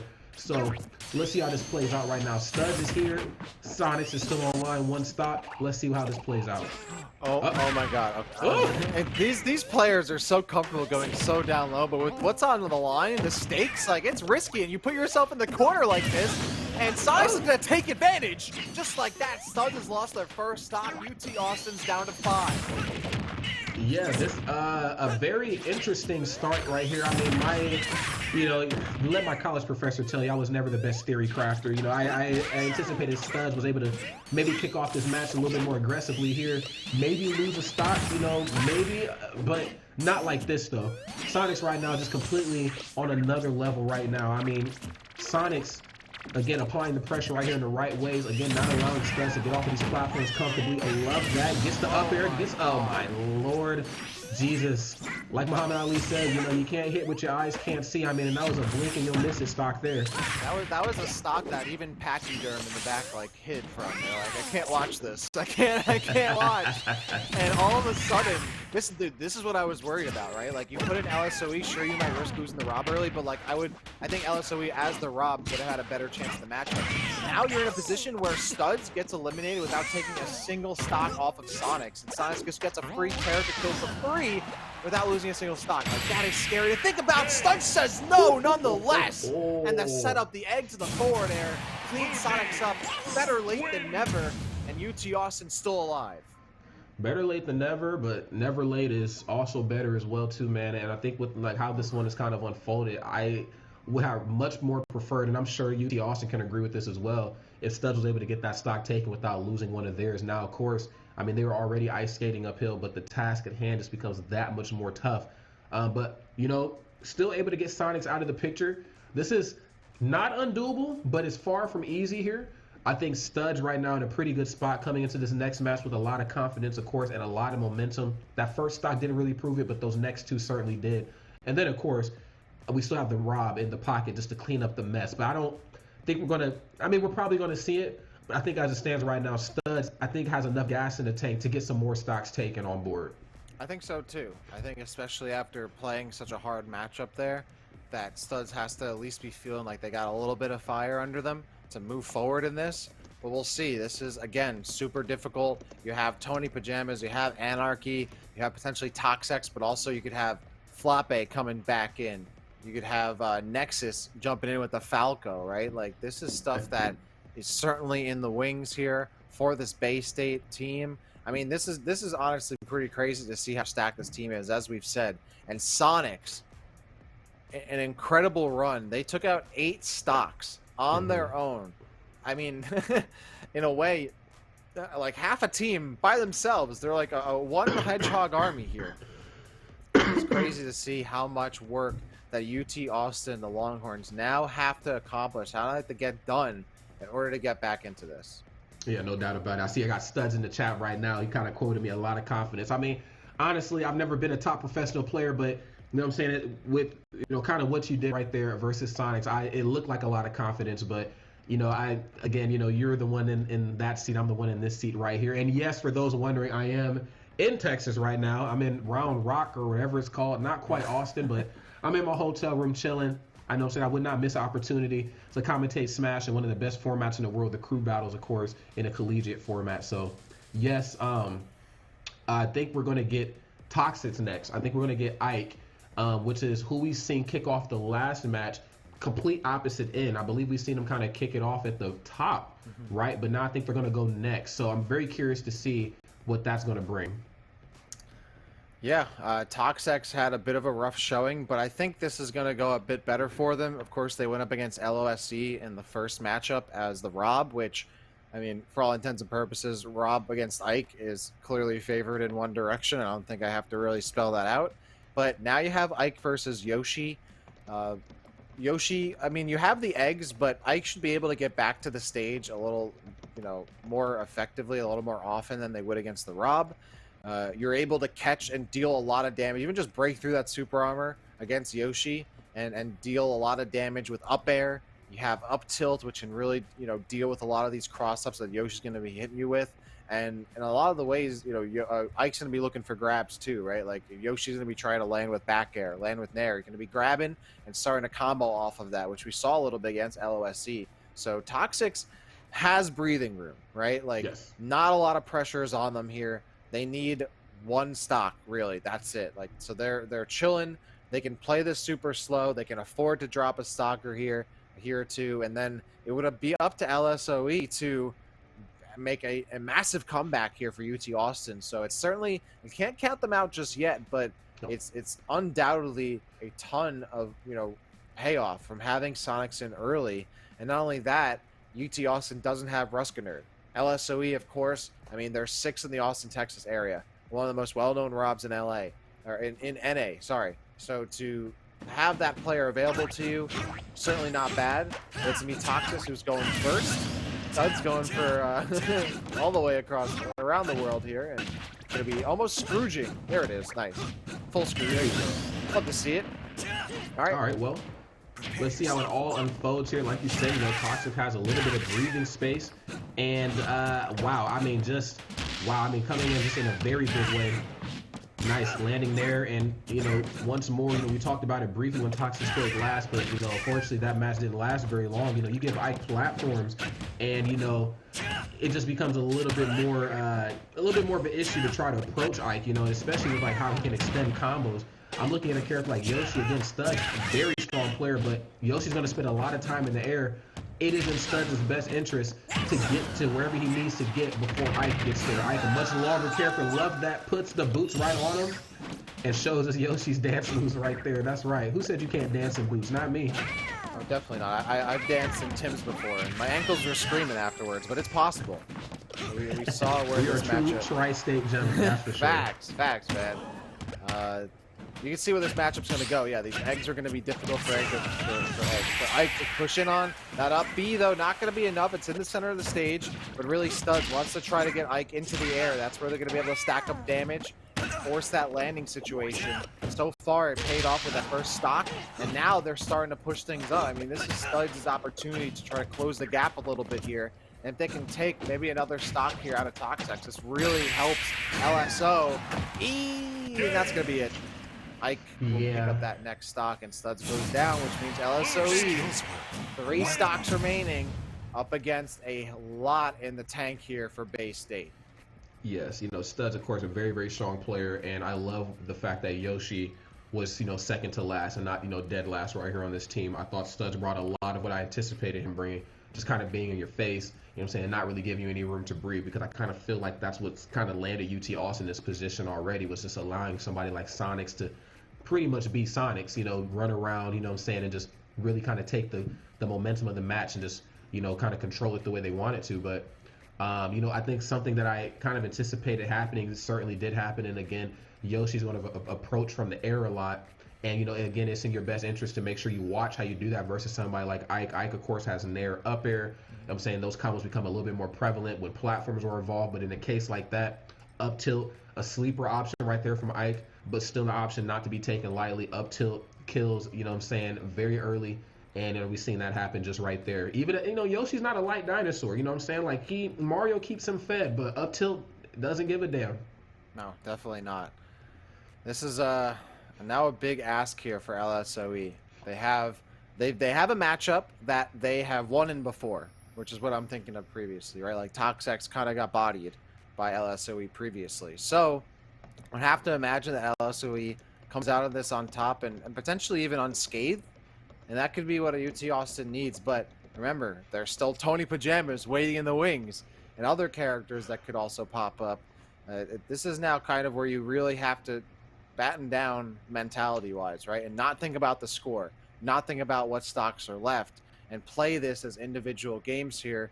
LSOE, though, it's going to be tough for him because Ike, you get hit by one big read, that could be a stock, right? Yes. And essentially against a big body like that, you have to be thinking. But that said, we saw how Studs was doing it, right? Like making it really difficult for Ike to approach, really making it difficult for them to land. Rob's going to be able to do the same thing, if not better. So we'll see. Can Toxis kind of shape up already knows kind of how LSOE is going to play this. Can they make a difference and adapt from that first matchup they had in the first set? We'll have to see.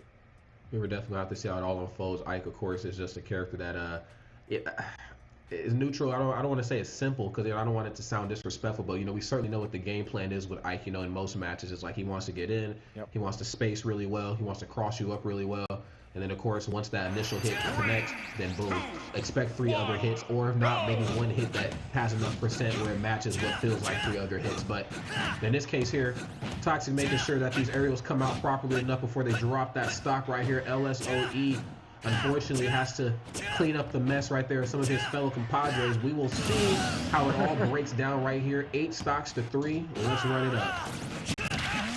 Wow. LSOE waiting for something to happen. Toxic finally jumps back in. This is a lot to work with. 8 to 3 in stocks. Can LSOE do it? And it all starts here. A miracle comeback. But oh, look at this.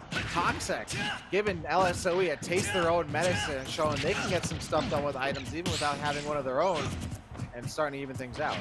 That's right. Gyro setups right there. I mean, they're already scary when most characters in the cast have it in hand. I can only imagine like just the devastation that Ike is going to bring to the table. Doesn't quite get anything right there off of the reverse nair. Really struggling right here to find this opening. LSOE, of course, playing as safely away as possible. Not looking to engage incorrectly, Ike. Like you said, I mean, that's just going to be a lot of percent. And Rob, I mean, as smooth as they might move, you know what I'm saying? Like, they are not a little character at all. I mean, they are, they take up a good chunk of the screen. And Ike, when he slings, there's a good chance he's going to hit his target. There's the throw.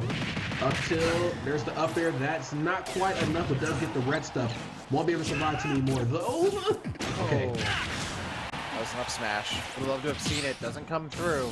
Both characters at high percent, going in deep, gonna find nothing on that up B, and then the down smash connects. Toxics now down to their last stock, and LSOE so far looking clean. This is what we saw in that first matchup, and they're starting to stack it up. That's right. Damage is starting to kind of steamroll out of control right now. Oh my god. Okay, nice. Waits out the air dodge. Doesn't quite get anything off of it, but I do appreciate that attempt. Laser catching quick draw. A lot of percent being put on. There's another throw off stage. Ooh. Gyro's unforgiving. Oh my god, and still early on the up B, but I love this corner control. If nothing else, the fact that Toxics can't quite get out of that, what I'm saying, is very telling of how this match may unfold. Go up tilt. LSOE is looking like Captain America comboing Thanos in Endgame right here. Like, this is, I love these these crazy creative combos, but then sometimes you just gotta keep it clean. And there's the up smash. LSOE gets it done without losing a stock. Once again, we've seen it before, we see it again. And now it is up to UT Austin, still on the shoulders of LSOE to stay alive, as they now have 6 more stocks to take out. But hey, they held on to their 3. That's right, and that's big right there for LSOE. I'm so glad that they have them like as the anchor, because I mean, this is already a very daunting task here, but the fact that you're able to close out those 2 stocks without losing one just makes the task in hand that much easier. So very curious to see what we're going to get right here for these next 2 games. I still think Toxics, of course, put up a very, very strong fight, able to eliminate studs as Yoshi, who's definitely some of the finest Yoshi play I've certainly seen in some time. But again, I think the matchup spread is just a little bit too lopsided, a little bit too top heavy, which way you want to call it. With Rob. Rob just has the tools that can just keep Ike off stage, and it's not enough to even deal with Rob in the grounded game. It's more so that corner control, that down tilt at the ledge, catching neutral get up, that gyro in the corner, that laser catching the high quick draw, that type of stuff right there. Ike cannot deal with too much of that, and I felt like he exactly knew why, and so because of that, he was able to kind of move on to the next game there. Pretty much. I think LSOE was kind of looking past this Ike a little bit, as you said, and didn't really have to change up much in their game plan, right? Like, they're looking to get gyro as that combo starter. They got it a lot of the time. They're able to deal with Ike off stage in those landing situations. They had a really solid follow-up on a lot of offstage situations with laser. So that's just pretty much textbook Rob in this matchup. And as Ike, they get a lot off of grab at low and mid percent, and it's really hard to land it. Even on a big character like Rob, in that matchup particularly, kind of hard to land grabs, because Rob just has so many get off me moves, can play safe in the air as well, and has projectiles to deal with and kind of keep themselves covered. So that'll be Toxics, who does fall once again, unable to take a single stock from LSOE in this entire series. But hey, it's a hard task, and not many people can say they can do that either. So LSOE now by themselves, 3 stocks. They have 6 stocks to go, and now we're looking at Bay State. We've talked about that deep bench. Now they can start to pull from it, and I wouldn't be surprised we maybe even see that that Tony Pajamas coming back to close things out. That's right. Tony Pajamas, of course, just a very prolific NES. We got to see him in the last set. I would imagine the same task at hand is going to be applied here, which is just, take as many stocks so we can win this thing, as possible. But yes, with that very deep bench, it just makes the other side, it makes them, it puts them in a really tough spot, I guess, with trying to pinpoint what character is going to come and which, player is going to come out next. I know we've seen Floppe on Bay State, which was a very tough opponent right there in that last set, especially just being Wii Fit in an online format, in a crew battle format. We know exactly what that character is there to do, and it is to make sure that, the other side has as little fun as possible. But yeah, I feel like, this can kind of go either way right here with, who's going to come out next. No matter which way it's spun, though, UT Austin, it's just LSOE, and damn it, he is doing his damnedest, to really try to keep this thing close. Absolutely. Both of these teams have earned their place and then some. UT Austin defending their championship here against a incredibly stacked squad that honestly, in the collegiate scene, I've never really seen a squad this stacked, right? Like, this is something different. A lot of these schools, they rely on their region's talent, right? But this is a school that has been pulling from players from all over the place, all across the continent, and doing so to forge this unique all-star lineup that we haven't really seen before. And it's certainly showing how significant and how rewarding of an investment that can be, because Bay State's starting to run away with it based on these players they pulled from who have shown outside of the collegiate scene that they're some of the best in Smash Ultimate, period. Of course, UT Austin has some of that as well. They have some of the top PR players in the UT Austin scene. But when you're up against Sonics, you're up against Floppe, or you're up against all these, Tony Pajamas, all these players who have proved themselves not just in their region, but in majors as well, it's a tall task to keep up. And UT Austin has done that. But now Bay State, they smell the blood in the water. They want to clean this up, and they're in a position to do so going into this next matchup. That's right. I would just imagine at this point they're not trying to take any prisoners. This is getting a little uncomfortably close, I feel like, for Bay State, even though, yes, there is only one player left on UT Austin, but there is that looming thought in the back of their head, like, Rob is a character that could possibly do this if we don't play these next so many matches here correctly. So, of course, let's get it, let's try to shut it down, and let's try to, get that victory as easily as possible. UT Austin, of course, just showing how strong and how resilient they are. If they're going to go down, they're definitely going to go down swinging. And I think this also kind of goes back to just how strong of a region Texas is in general. I think if you know Smash, you know this part of the country, that no matter which area of Texas you're in, you're going to be met with some top talent. And so because of that, we're certainly seeing that here in grand finals. Yeah, that's been a thing for the longest time, right? Like, I remember getting into back in the Brawl days, and from Texas you had Ultimate Razor, right? Like, that was one of the standout players from Texas. They've always had a history of being one of the best regions and one of the more underrated regions as well. Yes. So I'm not surprised that, we're seeing such great talent out of the Austin area. Like you said, Ruska Nerd has been a player that's been on these broadcasts before and has been a player to watch. So I'm not surprised we're seeing them again. And the rest of their squad is certainly right there behind them. And it looks like we are getting a player from Bay State that I was hoping that we would see, and it is Anarchy the Greninja. I believe one of the youngest players on this team as well, and a very, very strong Greninja in their own right. I can't wait to see what they have to offer. And Greninja against Rob, that's a counter pick, I think, right there in a lot of ways. Like, Greninja can get under so much of Rob's stuff, can poke, is fast, in the air, on the ground, has great strings at mid and low percent with Nair. This is going to be a really... And you also have your Water Shuriken, which can play that projectile game with Rob. So this is a matchup that LSOE is probably had in the back of their head here, but now it's now that it's really happening, could be a little shook. That's right. Greninja is one of those characters that kind of moves around a little bit depending on the format of Smash. Very similar to who's one of the biggest culprits, like Ganondorf, I guess. In singles, say what you want about the character, but in doubles, they certainly play a very specific role in the meta. You know, same with kind of Greninja. You know, Greninja, of course, very strong character in singles, but I think in crew battles as well, the idea of surviving for long periods of time definitely plays out in Greninja's favor. You know, using uncharged water shuriken, using shadow sneak to, of course, kind of stall out a match. Of course, the off-stage pressure right there from Greninja, very, very tough. Has the ability to disengage if need be, but also versus a character like Rob, getting under Rob's skin, like you talked about just before. I have crouch. I have the ability to cross Rob up really well. I have the ability to, you know what I'm saying, just really utilize the fact that Rob has a big body. I'm looking for combos after I throw Rob or after I hit down tilt on Rob. I'm looking for that next follow-up. Rob is kind of like a Greninja punching bag, so I'm very curious to see how this is when it's all going to shake out here for these two.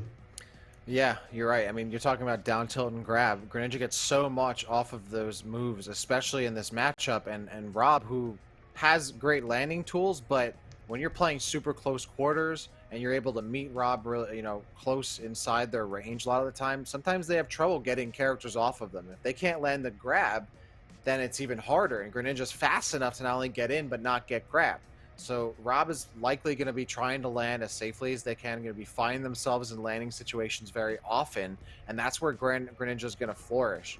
So we'll see. Anarchy, you know, a young talent here. LSOE also, you know, has a lot of skill underneath their belt, but they've also played in this set they've shown up in both of these matchups. We haven't seen Anarchy yet, so you don't have that, like, a little bit of tenure in this series of like, okay, I know what to expect from Anarchy. I already played against them in the previous matchup. We haven't seen anything from them, so they've just been watching and downloading, and now they can hit some surprises and clutch moments when it really, really matters, and when UT Austin doesn't have an opportunity to respond. Yes, the element of surprise is definitely in full effect right now. Of course, again, you know, I've said it once, I'll say it again. I think Greninja is definitely a good pick right here for Rob for, you know, numerous reasons. But again, I think, you know, UT Austin, they're a very resilient team. Yes, it is just LSOE all by his lonesome, but again, you know, they're staying strong to the very finish. So I would imagine there is some sort of game plan going into this. Maybe they're like, hey, let's just try to get Greninja Anarchy out of here. You know, if you got to lose a stock or two, that's fine. At least let's try to push it to the final match. Where I would imagine Bay State is just like, yo, let's make this quick and let's make this, you know, as seamless as possible. So, you know, obviously two different types of mentality kind of meeting in the middle here in grand finals, but UT Austin, of course, still holding on strong. Can't stress it enough. I mean, was able to take 2 stocks without losing one. I would imagine, you know what I'm saying, the alarms are going off a little bit for Bay State. Yes, they do have 2 players left, excuse me, but, you know, if Anarchy does not do what he's supposed to do right now, it can go very much in the opposite direction for them. So let's see how this all going to play out right now. I know both sides are trying to get locked in and set up properly, but I'm definitely ready for some more matches. And while we're getting set up, I'm ready to talk about one of our other partners here helping make this happen, this whole NACE Star League. Of course, it is Corsair, of our leading global developer and manufacturer of high-performance gear and technology. For all you gamers out there, all you streamers, all you content creators, if you're trying to get in on the action and you want to get a solid upgrade to your gear, then Corsair is where you need to be. They have award-winning PC components and peripherals to premium streaming equipment, smart ambient lighting, and more. Corsair delivers a full ecosystem and environment of products that work together to enable everyone from casual gamers to committed professionals to perform at their very best. So while we're taking a break here to jump in, they're going to be giving you an opportunity to check out their products. So make sure you go check them out. Check out Corsair and give them some love, because they've been giving us some love. And while we're chatting about Corsair a little bit, it looks like we might be getting another player and not Anarchy here for the Bay State squad. I think that's why we have a bit of a delay here, is that we're trying to figure out who the next player is going to be jumping in, and we're going to find out in just a quick moment. So we'll figure it out hopefully pretty soon.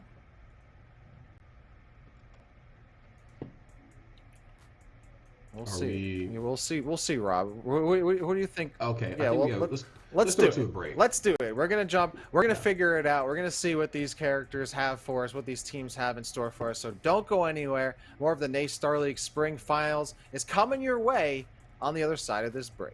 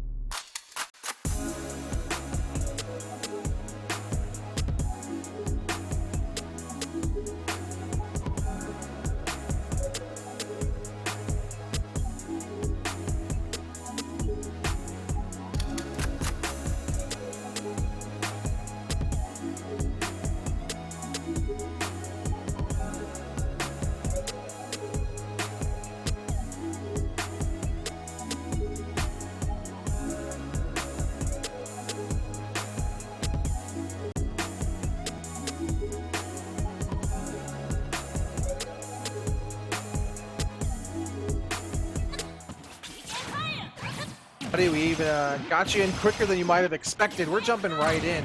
It's actually going to be Tony Pajamas jumping in for Bay State to potentially finish things off. And before we even get to chat too much about it, LSOE find themselves in dire straits at 5% on their first stop.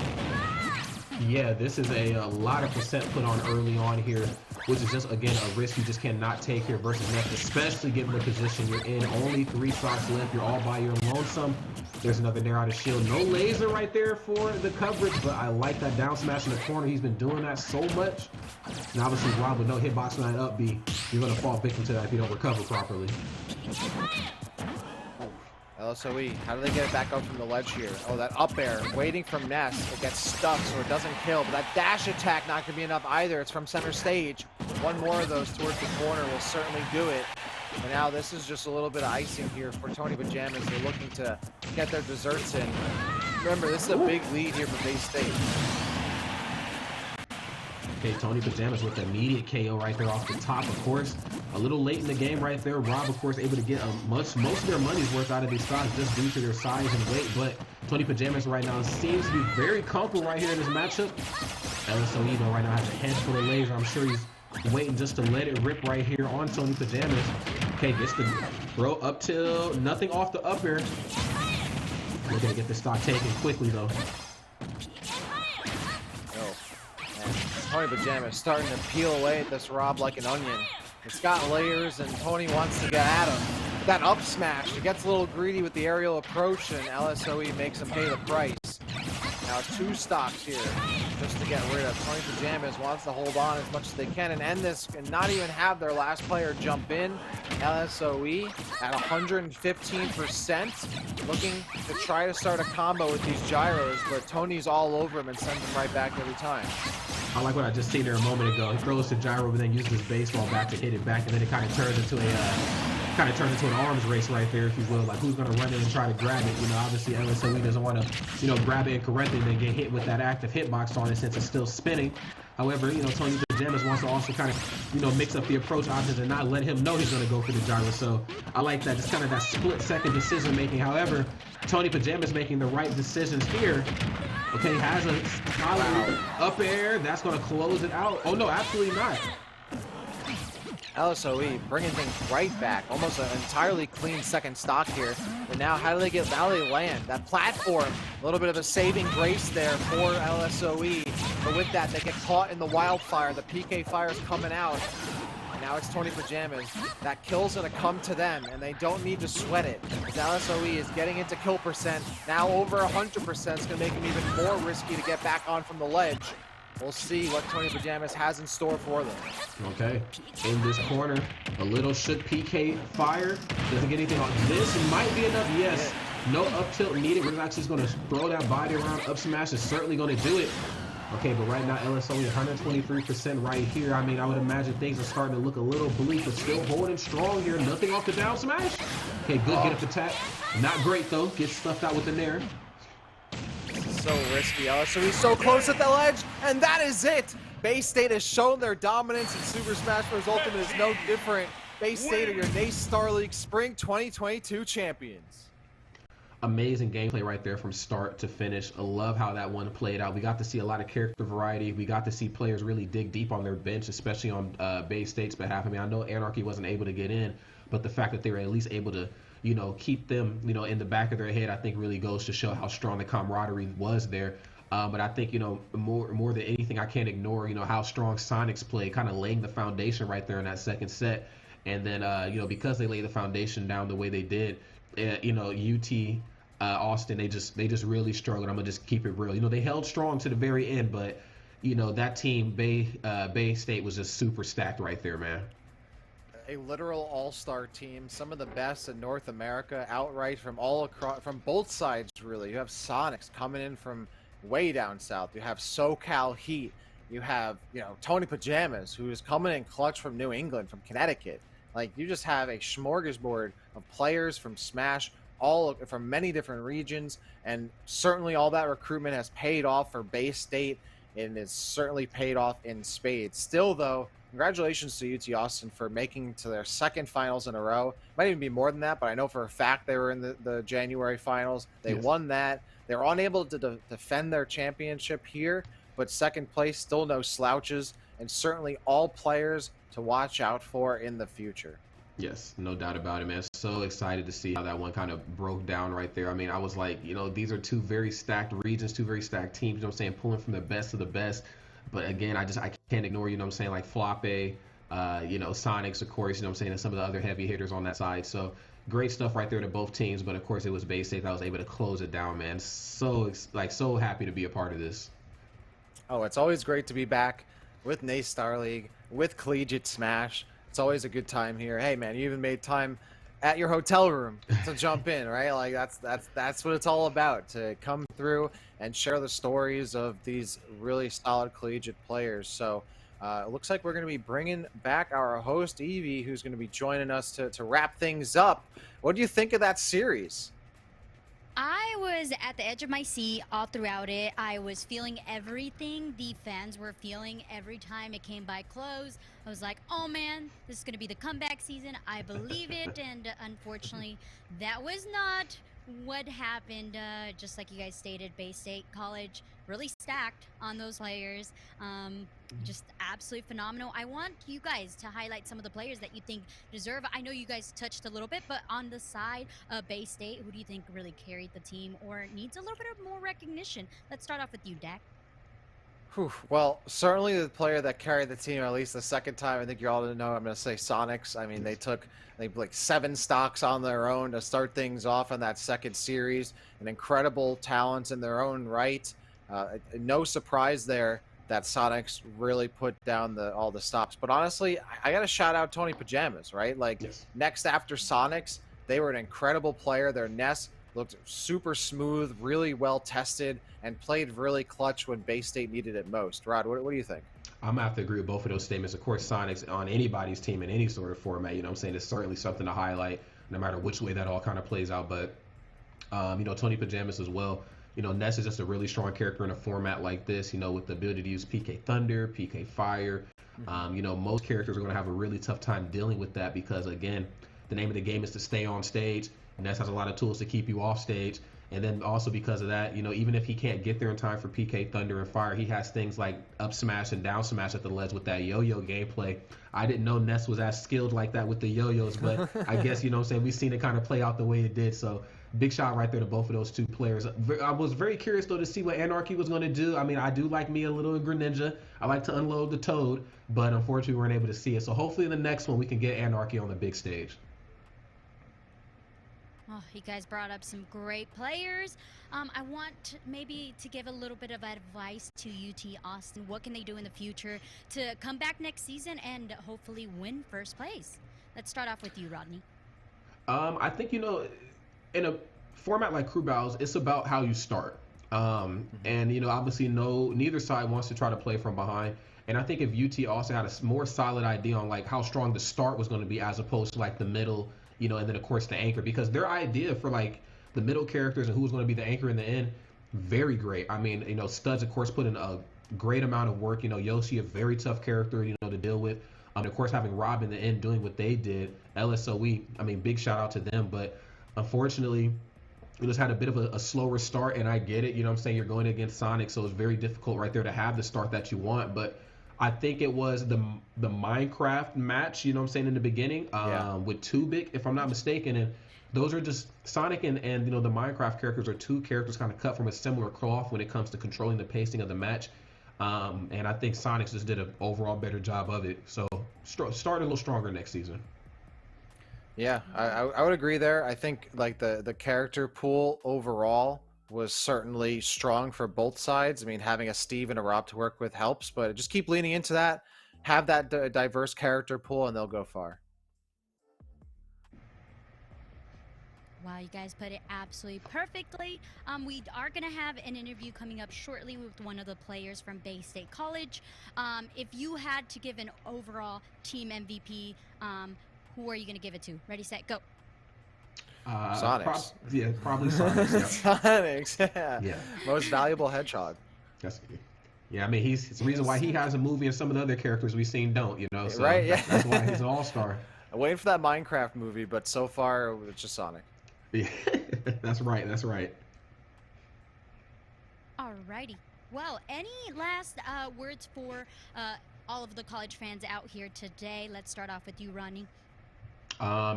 Big shout out to everybody who tuned in, who had a helping hand, in putting this together. I used to be a teacher myself, so I understand the importance of, making sure that the youth have a, clear path on where it is that they need to be.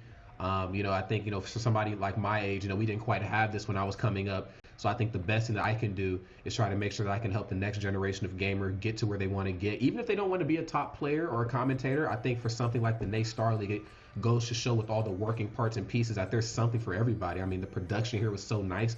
I mean, maybe somebody watching doesn't want to be the next Sonics. Maybe they just want to sit in the background and press buttons. So there's something for everybody in a format like this. And the youth, they know the truth. So I'm so excited, of course, and always happy to be a part of formats like this.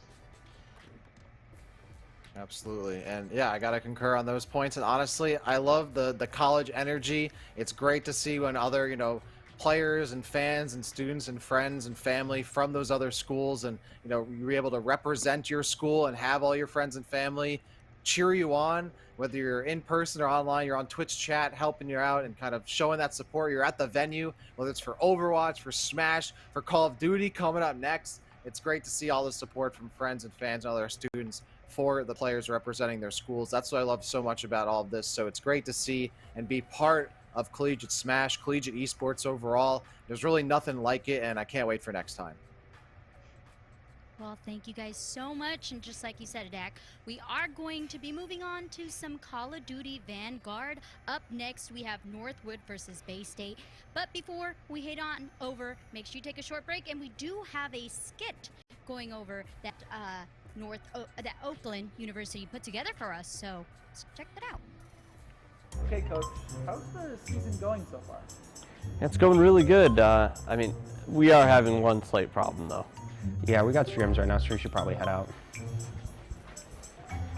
Oh, I'm first. Second? I'm third. Rotating? You're first? I'm second. I'm first. You're second. I'm third. They've been gaming way too much. They actually can't separate gaming from real life. What a save.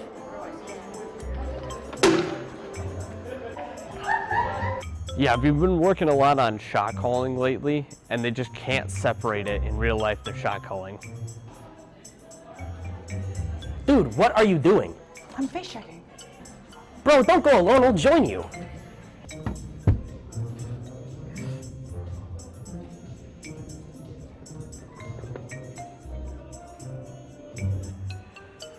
Yeah, we've tried therapy, and it just doesn't work.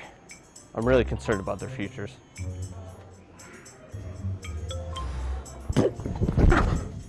I need healing. I need healing. I need healing. I need healing. Okay, are we done here? Yeah, we're all set. Thank you. Bravo 6 going dark. Crap.